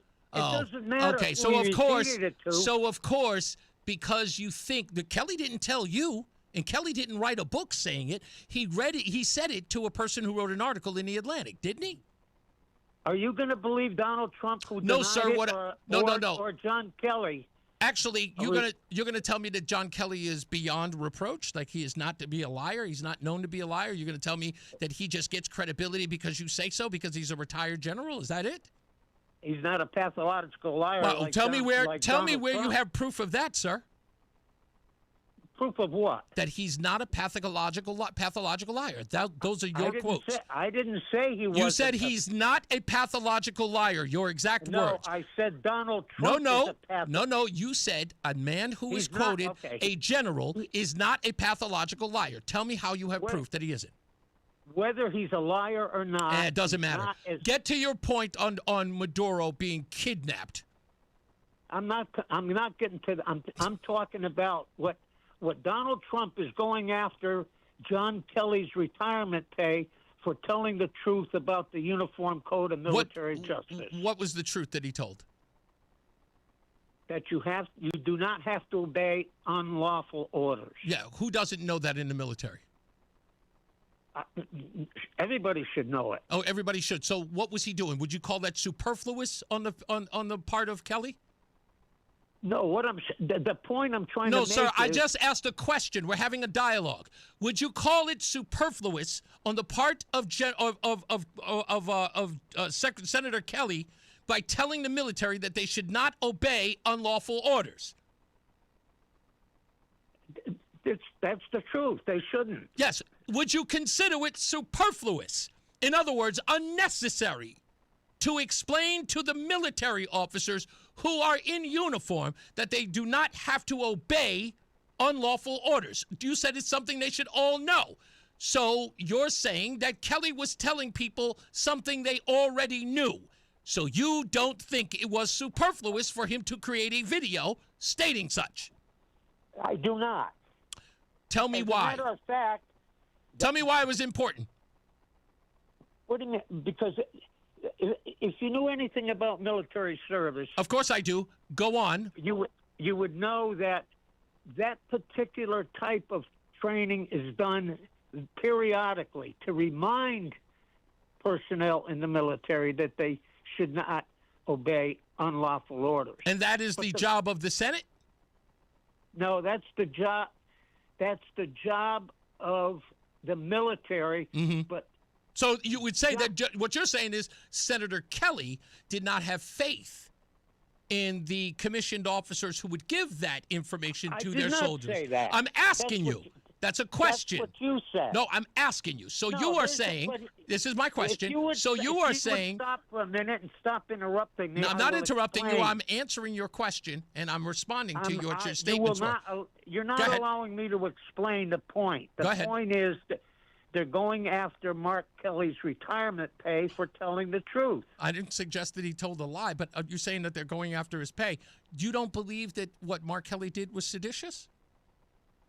Oh, not for a moment. Well, what about the people who do believe what he did was seditious? Well, then they have a problem. Oh, you mean that you said they have no merit? They don't know what sedition is. Okay, so you don't again. Sedition. So wait. Isn't it a sedition matter of opinion in this debate, sir? Some people believe that what he did was seditious. Some people believed what he did was merit. Will you stop interrupting me, please? It's a question you can't seem to answer. You're interrupting me. The point I'm trying to make is, well, certainly Donald Trump knows about tradition and sedition. A treason and sedition is what he committed on January the 6th. Really? Absolutely. Really? Who was charged with sedition, sir? Nobody was charged. Well, wait a minute. What? Nobody? No, not one person was. Hold on. Not one person was charged with treason? No, because the Supreme Court gave him a free pass. No. I'm talking about the people who went into the Capitol building on January 6th. Name the people who were treasonous that day, who were charged with treason. And they were. Who was an indicted co-conspirator with Donald Trump? You said he committed treason, sir. Nobody was charged. Okay, so there was no charges of this so-called treason, but yet Donald Trump is guilty of treason, in your words. He wasn't tried anywhere. But in fact, when he was indicted, there was no indictment for treason, was there? No, there wasn't. But that's what he committed. But he committed it. He committed it. So you're saying that calling someone treasonous can be, if I'm clear here, calling someone treasonous can be a matter of opinion? Well, not unless it's charged in court. Well, then sir, you just said that what he committed was treason. And again, I'm asking you, if he wasn't charged with it or indicted of it, then calling him treasonous can be a matter of opinion, yes? That is my opinion. Thank you, sir. And then when I asked you about Mark Kelly being seditious, you said it's not true emphatically. And I asked you whether or not that could be a matter of opinion. And you're saying, but they would be wrong. But it's a matter of opinion. Certainly it can be a matter of opinion. I'm glad you see it my way. You're twisting this whole... No, I'm not. I'm not. You're twisting my whole point. No, I'm taking your point into account, and I'm using it against you. Well, you're not doing a very... Yes, I am, because you're frustrated. Your frustration... No, I'm not frustrated. You're frustrated. Listen, one other thing. Don't be mad at me. One other thing. In the business world, there's the law of supply and demand. And I apply that to the drug situation. Okay. Without a demand, there's no supply. So we shouldn't stop it? Oh, I didn't say that. I'm asking. That's a question. You did hear the question mark at the end of it. So we shouldn't stop it? Stop what? Drugs into the country, man. Yes, absolutely. Okay. However, what are we doing about the problem of those that use the drugs? Nothing. I didn't suggest that. Those people have a disease. Absolutely. Yes. And yet Donald Trump chooses to cut medical Medicaid and Medicare? Well, you must have missed the earlier part of the show when we were talking about the millions of dollars of fraud that happens right here in Connecticut and in other places across the country. You must have missed that. Fraud happens everywhere. Yeah, I don't care. I don't care. So does drug use. But we shouldn't eradicate either then, huh? No, we should. We absolutely have to eradicate. Thank you. And that's my point.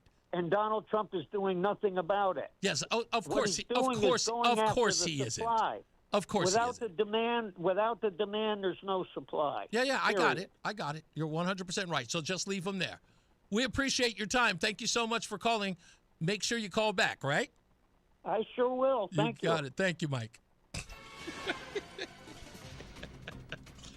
All right. I promise we will get past all this. I'll get the rest of your phone calls.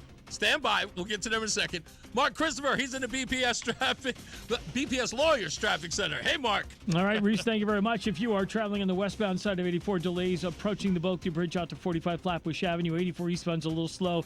48 Capitol Avenue into the tunnel. Both sides of 91 moving well. Cromwell up into Winterlocks. 91 southbound just losing a little speed. Approaching 19 and Meriden down to 17 for the Wilbur-Cross Parkway. If you are heading on the westbound side of 84, some delays. 691 interchange up to 26 in Cheshire. Again, slowing, approaching the Mixmaster in Waterbury. And South 95 New Haven, tight 46 down to 44 in New Haven. Traffic and weather together on the 8 WTIC News Talk 1080. WTIC weather. A couple of flurries lingering through the first part of the overnight, and then patchy fog develops. Little to no snow accumulation. The low temperature down to 26. Cloudy, we will see a recovery in the temperatures tomorrow with a little bit of rain late in the day. The high temperature 36. Occasional drizzle tomorrow night down to 31.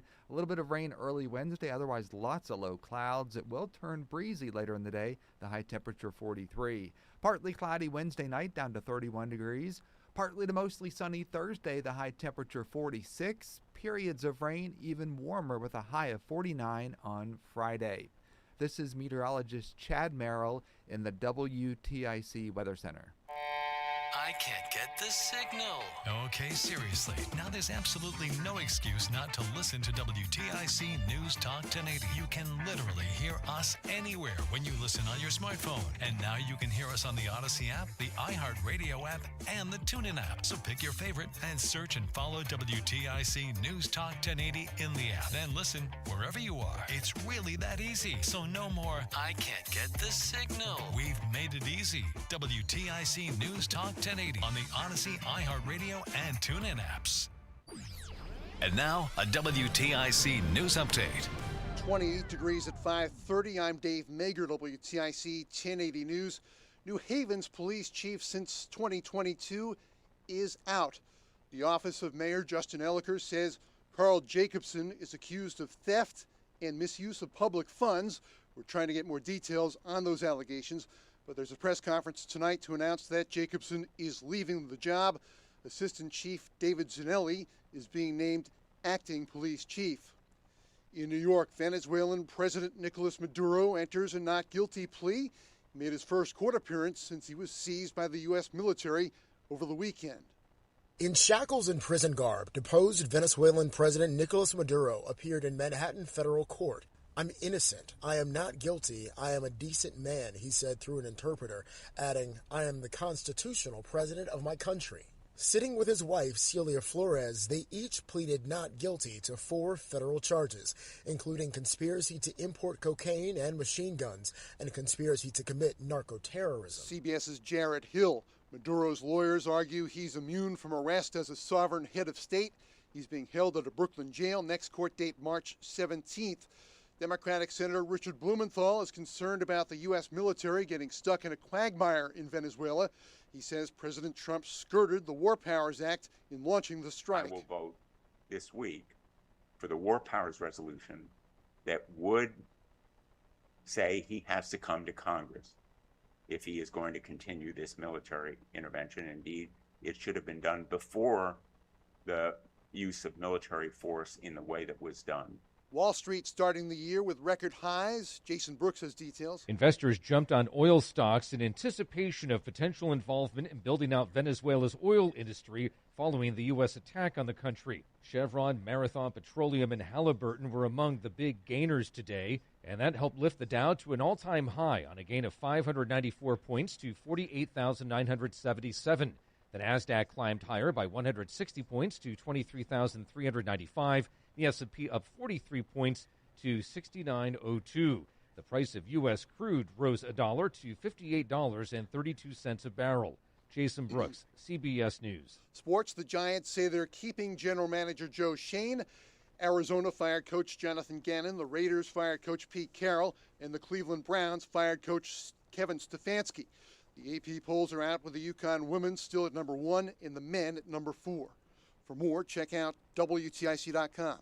I'm Dave Maker, WTIC 1080 News. Left in the cold by your propane company? Your local propane pros at Petro are always there for you in any weather. Go with Petro and save up to $500 on propane. Visit petro.com or call 877-230-0738. I'm Tom Tierney from the Green Cremation. When my family started this company, we wanted to give Connecticut families a kinder, more sustainable choice. Our water-based process, known as aquamation, is a gentle, flame-free alternative that eliminates smoke, fumes, and toxic emissions. It's a natural, peaceful way to return your loved one to the earth while protecting the planet for future generations. As Connecticut's only provider, we're honored to help families make a difference, one farewell at a time. Visit thegreencremation.com to learn more or pre-plan today. At Uline, they know going the extra mile takes hard work. For companies pushing to go further, Uline will go the distance with you. 24/7, they answer the phone to get you the shipping and industrial supplies you need. Business can move fast. Unexpected large orders, adverse weather, new safety guidelines, and changing economic trends. Uline works hard keeping 41,000 items ready to ship, minimizing detours on your way to the extra mile. Visit uline.com. Hola, amigos! It's a big noise. Brad Evans from BetMGM tonight. Listen Monday through Friday starting at 6 p.m. Eastern on Westwood One Sports as we cover the biggest sports stories from coast to coast. Get insights on the NFL playoffs, college basketball conference races, and more. Download the Odyssey app now and listen from anywhere. BetMGM tonight, live and interactive, presented by BetMGM. Tune in, Team Huevos. The Odyssey app lets you jump back to the moments you missed from WTIC News Talk 1080. Download the free Odyssey app, search WTIC News Talk 1080, and tap earlier today to get started. Don't forget, you can always go to ReeseOnTheRadio.com. That's REESE on the radio.com, as well as download the Odyssey app to check out the program whenever you want. I want to give a shout-out. I should have given a shout-out earlier. Please forgive me. Space Patriot in the chat room today. Brand new. And, of course, all the scallywags hanging out there as well. Carmela, who's always there. God bless you, Carmela. I love you. Aaron B. in there as well. He says, they hate Trump so much, if he came out in favor of breathing to live, they would hold their breath. That's right. That's what Senator John Kennedy said. I'll never forget that. That was good. Fritz the Cat, another original scallywag in the chat room as well. You can always become a scallywag, folks. That's by entering the chat room at either Reese on the Radio on YouTube, or on X. And all of you are always some of the most important people on this show. I love every one of you, but you people who listen to the program and sit by and opine in the chat room, I love getting to you as often as I can. Even the ones who, like the rabble-rouse. I love them too. I do. I don't, like I said, it's nothing personal. I hope that people don't. But what I do take personal are people not doing the homework.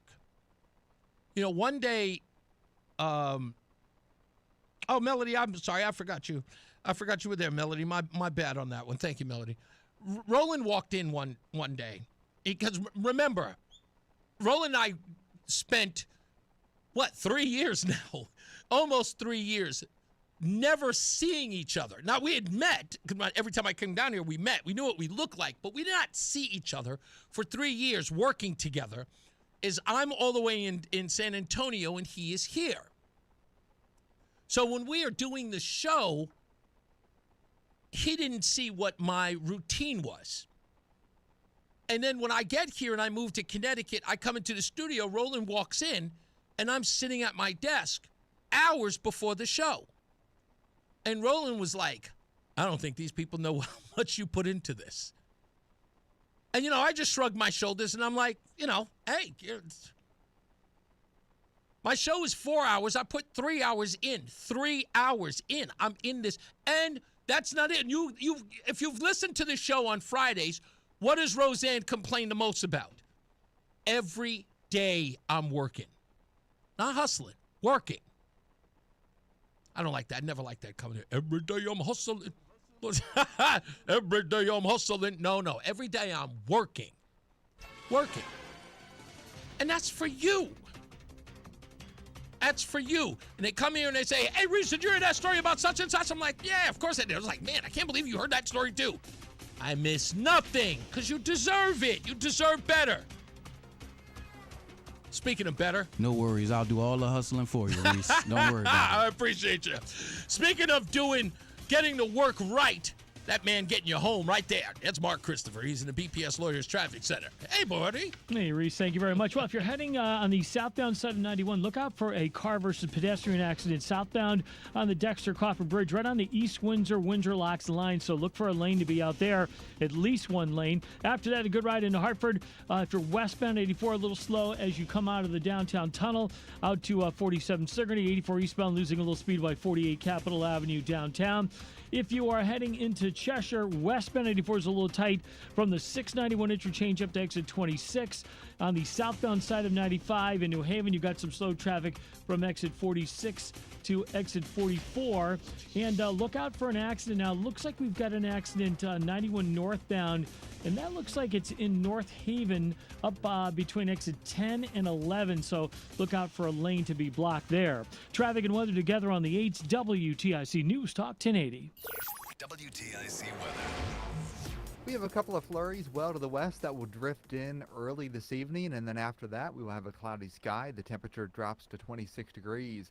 Cloudy tomorrow, not as cold. Notice a little bit of rain for the evening commute with a high of 36. Occasional rain and drizzle tomorrow night down to 31 degrees. After a little bit of rain early Wednesday, low clouds, the high temperature 43. And working our way through Thursday, partly to mostly sunny with a high of 46. Gets even warmer on Friday with periods of rain and a high of 49.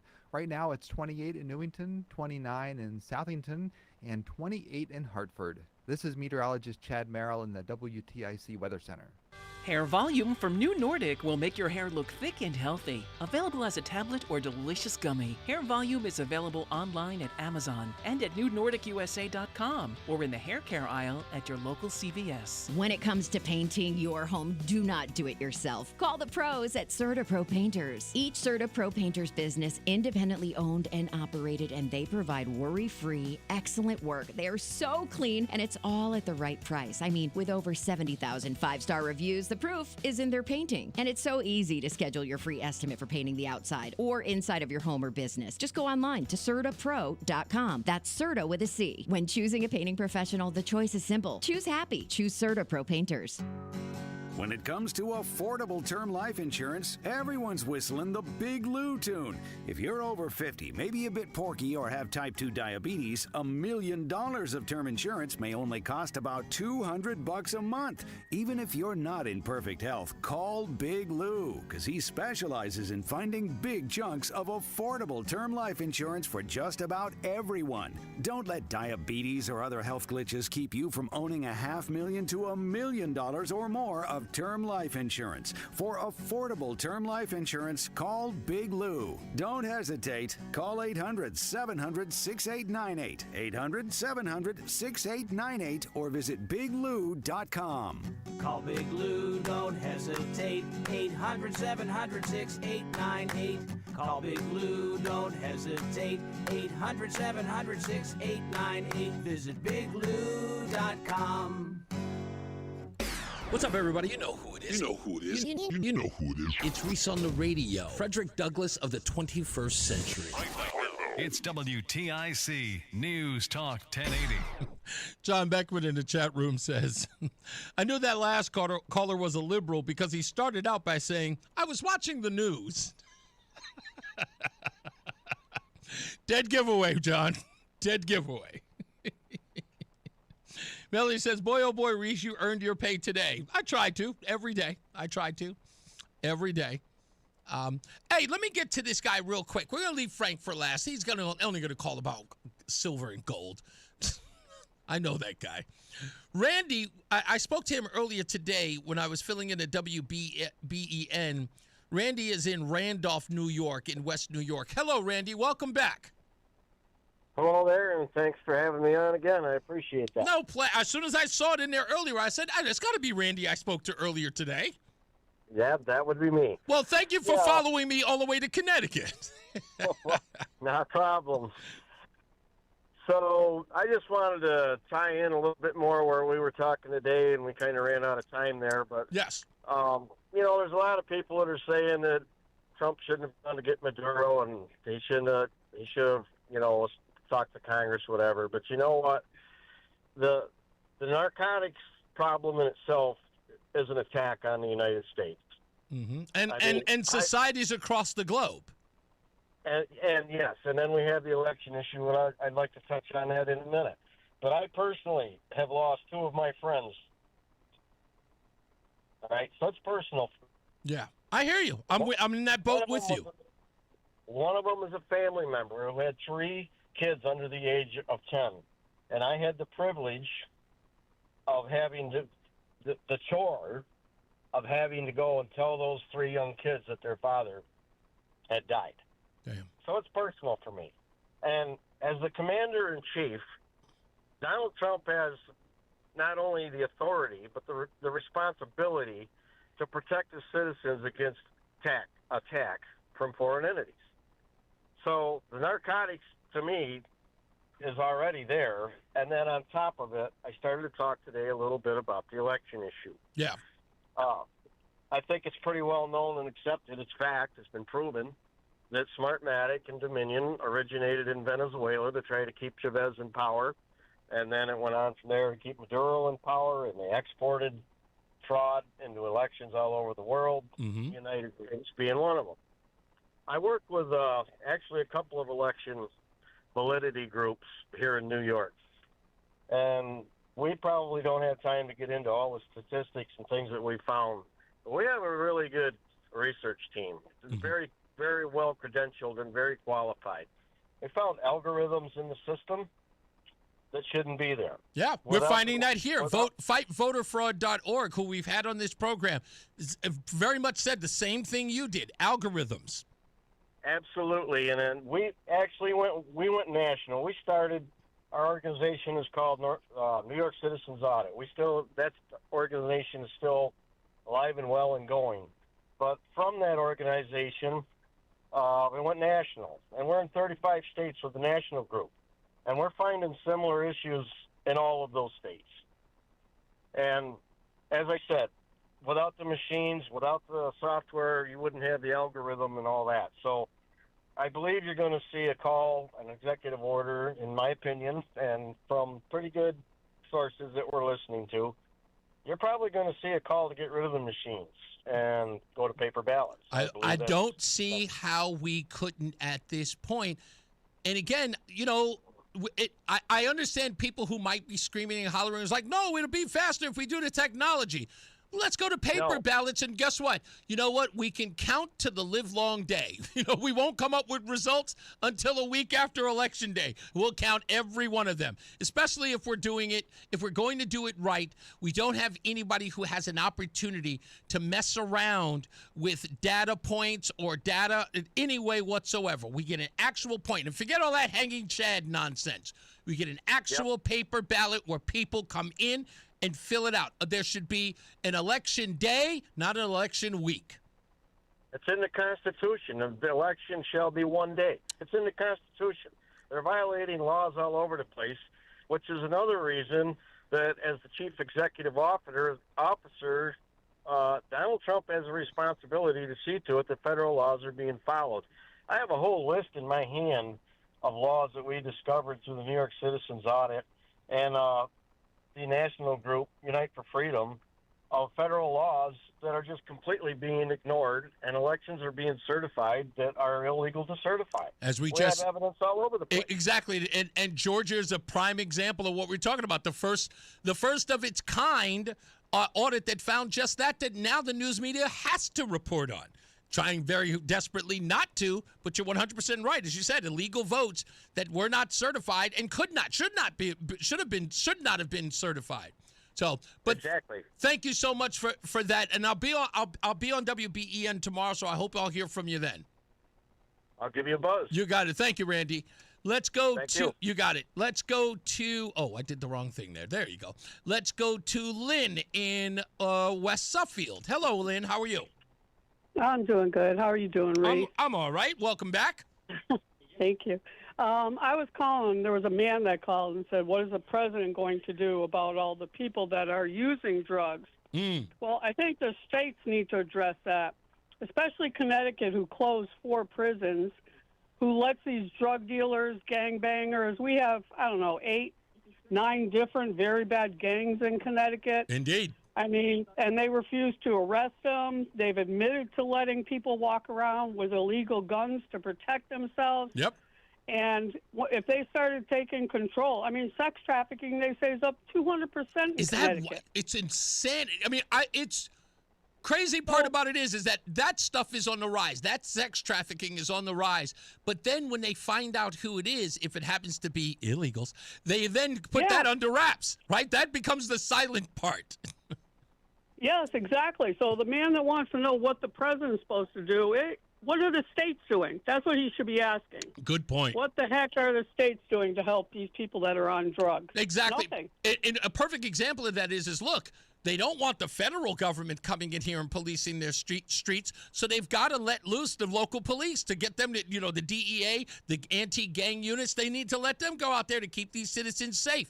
But it turns out it's not just federal law enforcement they don't want. Turns out they don't want any.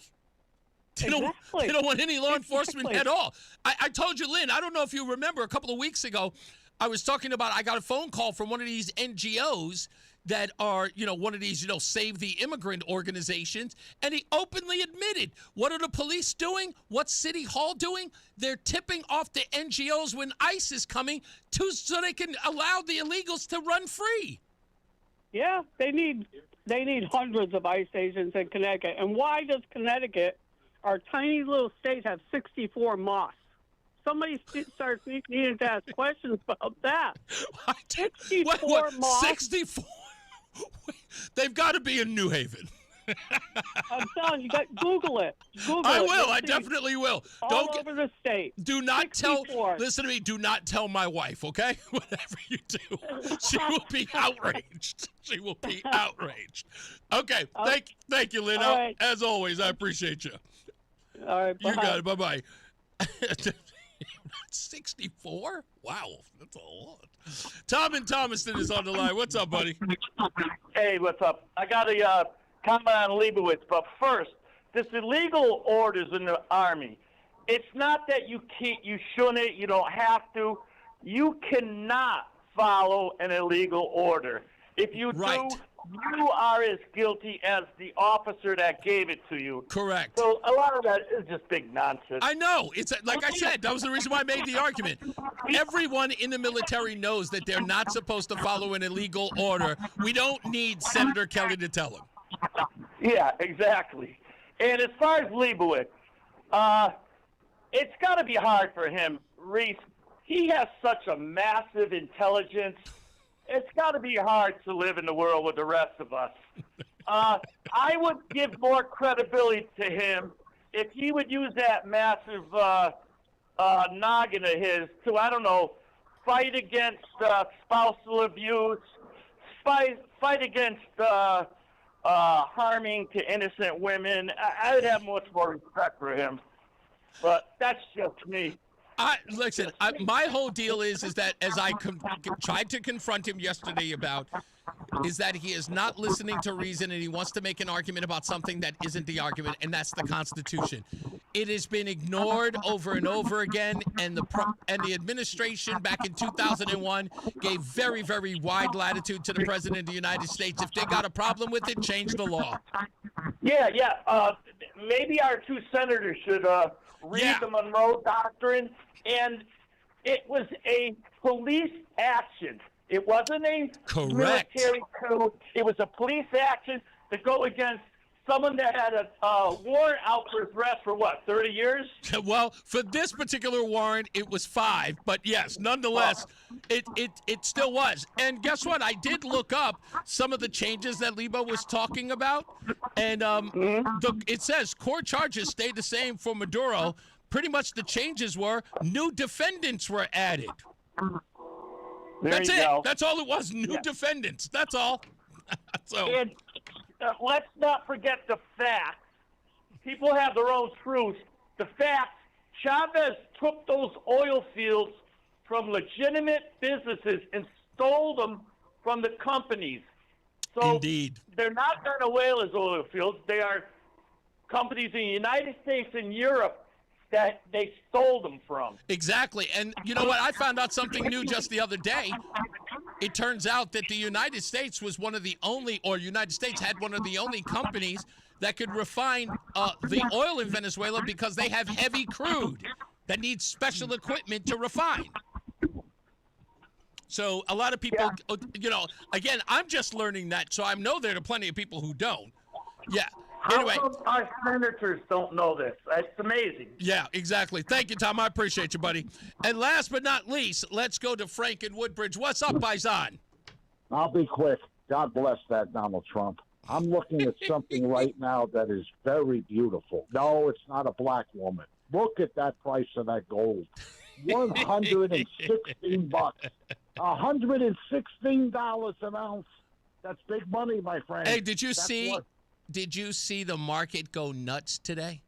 Yeah, the market went nuts, but I don't care about. I care about gold. And so look at silver up 8%. This is a beautiful Monday for me. What are you going to do with all that? You know what I want you to do? Can you do me a favor? I want you to take one of those. I want you to take one of those those silver bricks, because I don't like gold. I want you to get one of those silver bricks, and I want you to make me one of those wrappers like Jesus pieces that I can wear around my neck like a wrapper. Can you make one of those things? Listen, I heard that Donald Trump is going to revalue gold to $15,000. If he does that, I'll buy you and Roseanne a house. Damn. Well, don't ever let Roseanne hear you say No, I'm telling you, if he revalues gold to $15,000, I'll buy you guys a house. That's my word. Frank, please, whatever. I don't want to be indebted to you. This No, just you don't have to. No, it's on the house. seems like.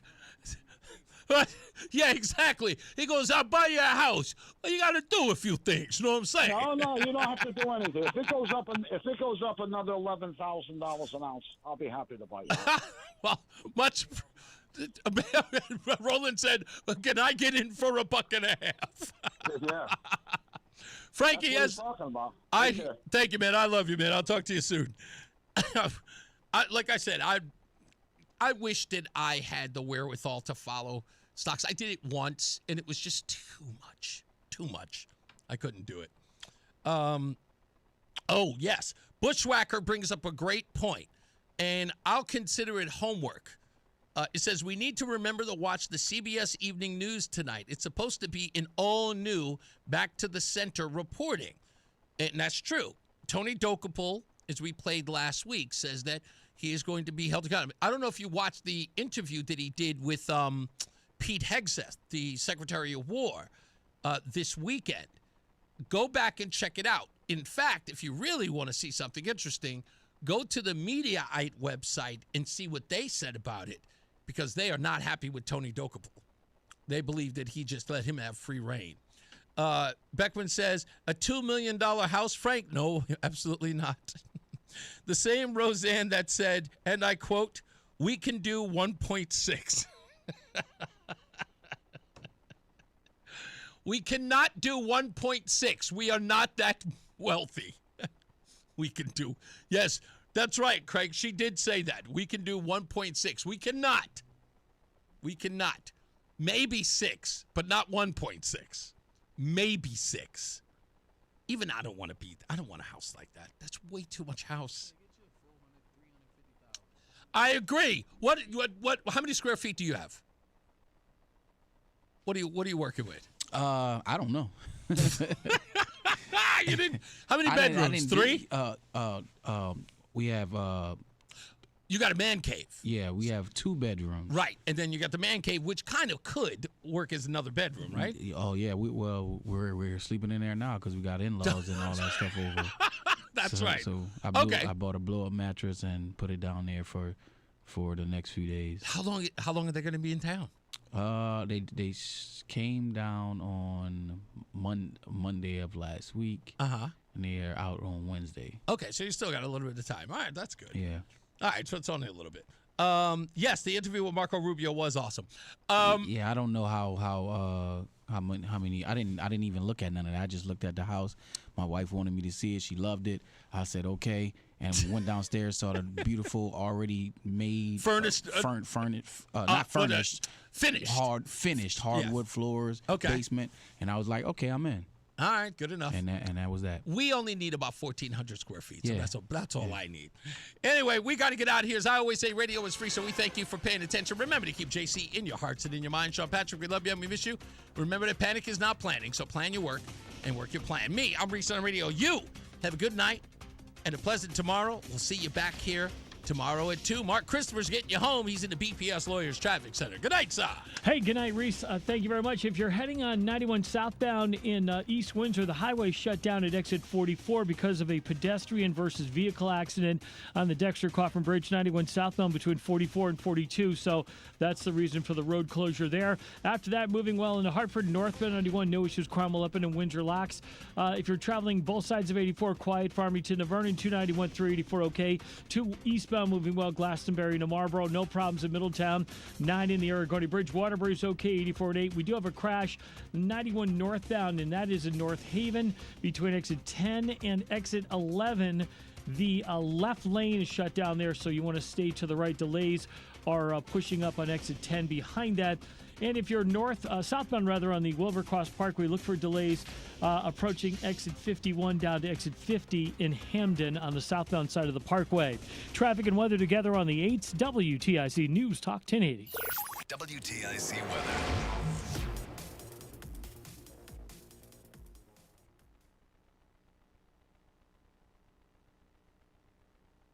Things a little slippery on untreated surfaces. Will drop down to 26 for a low tonight. Now, it will be cloudy tomorrow. We will eventually see a little rain move in toward late in the day, a high up to about 35. Occasional rain and drizzle through tomorrow night. Temperatures will pretty much hold steady just above the freezing mark.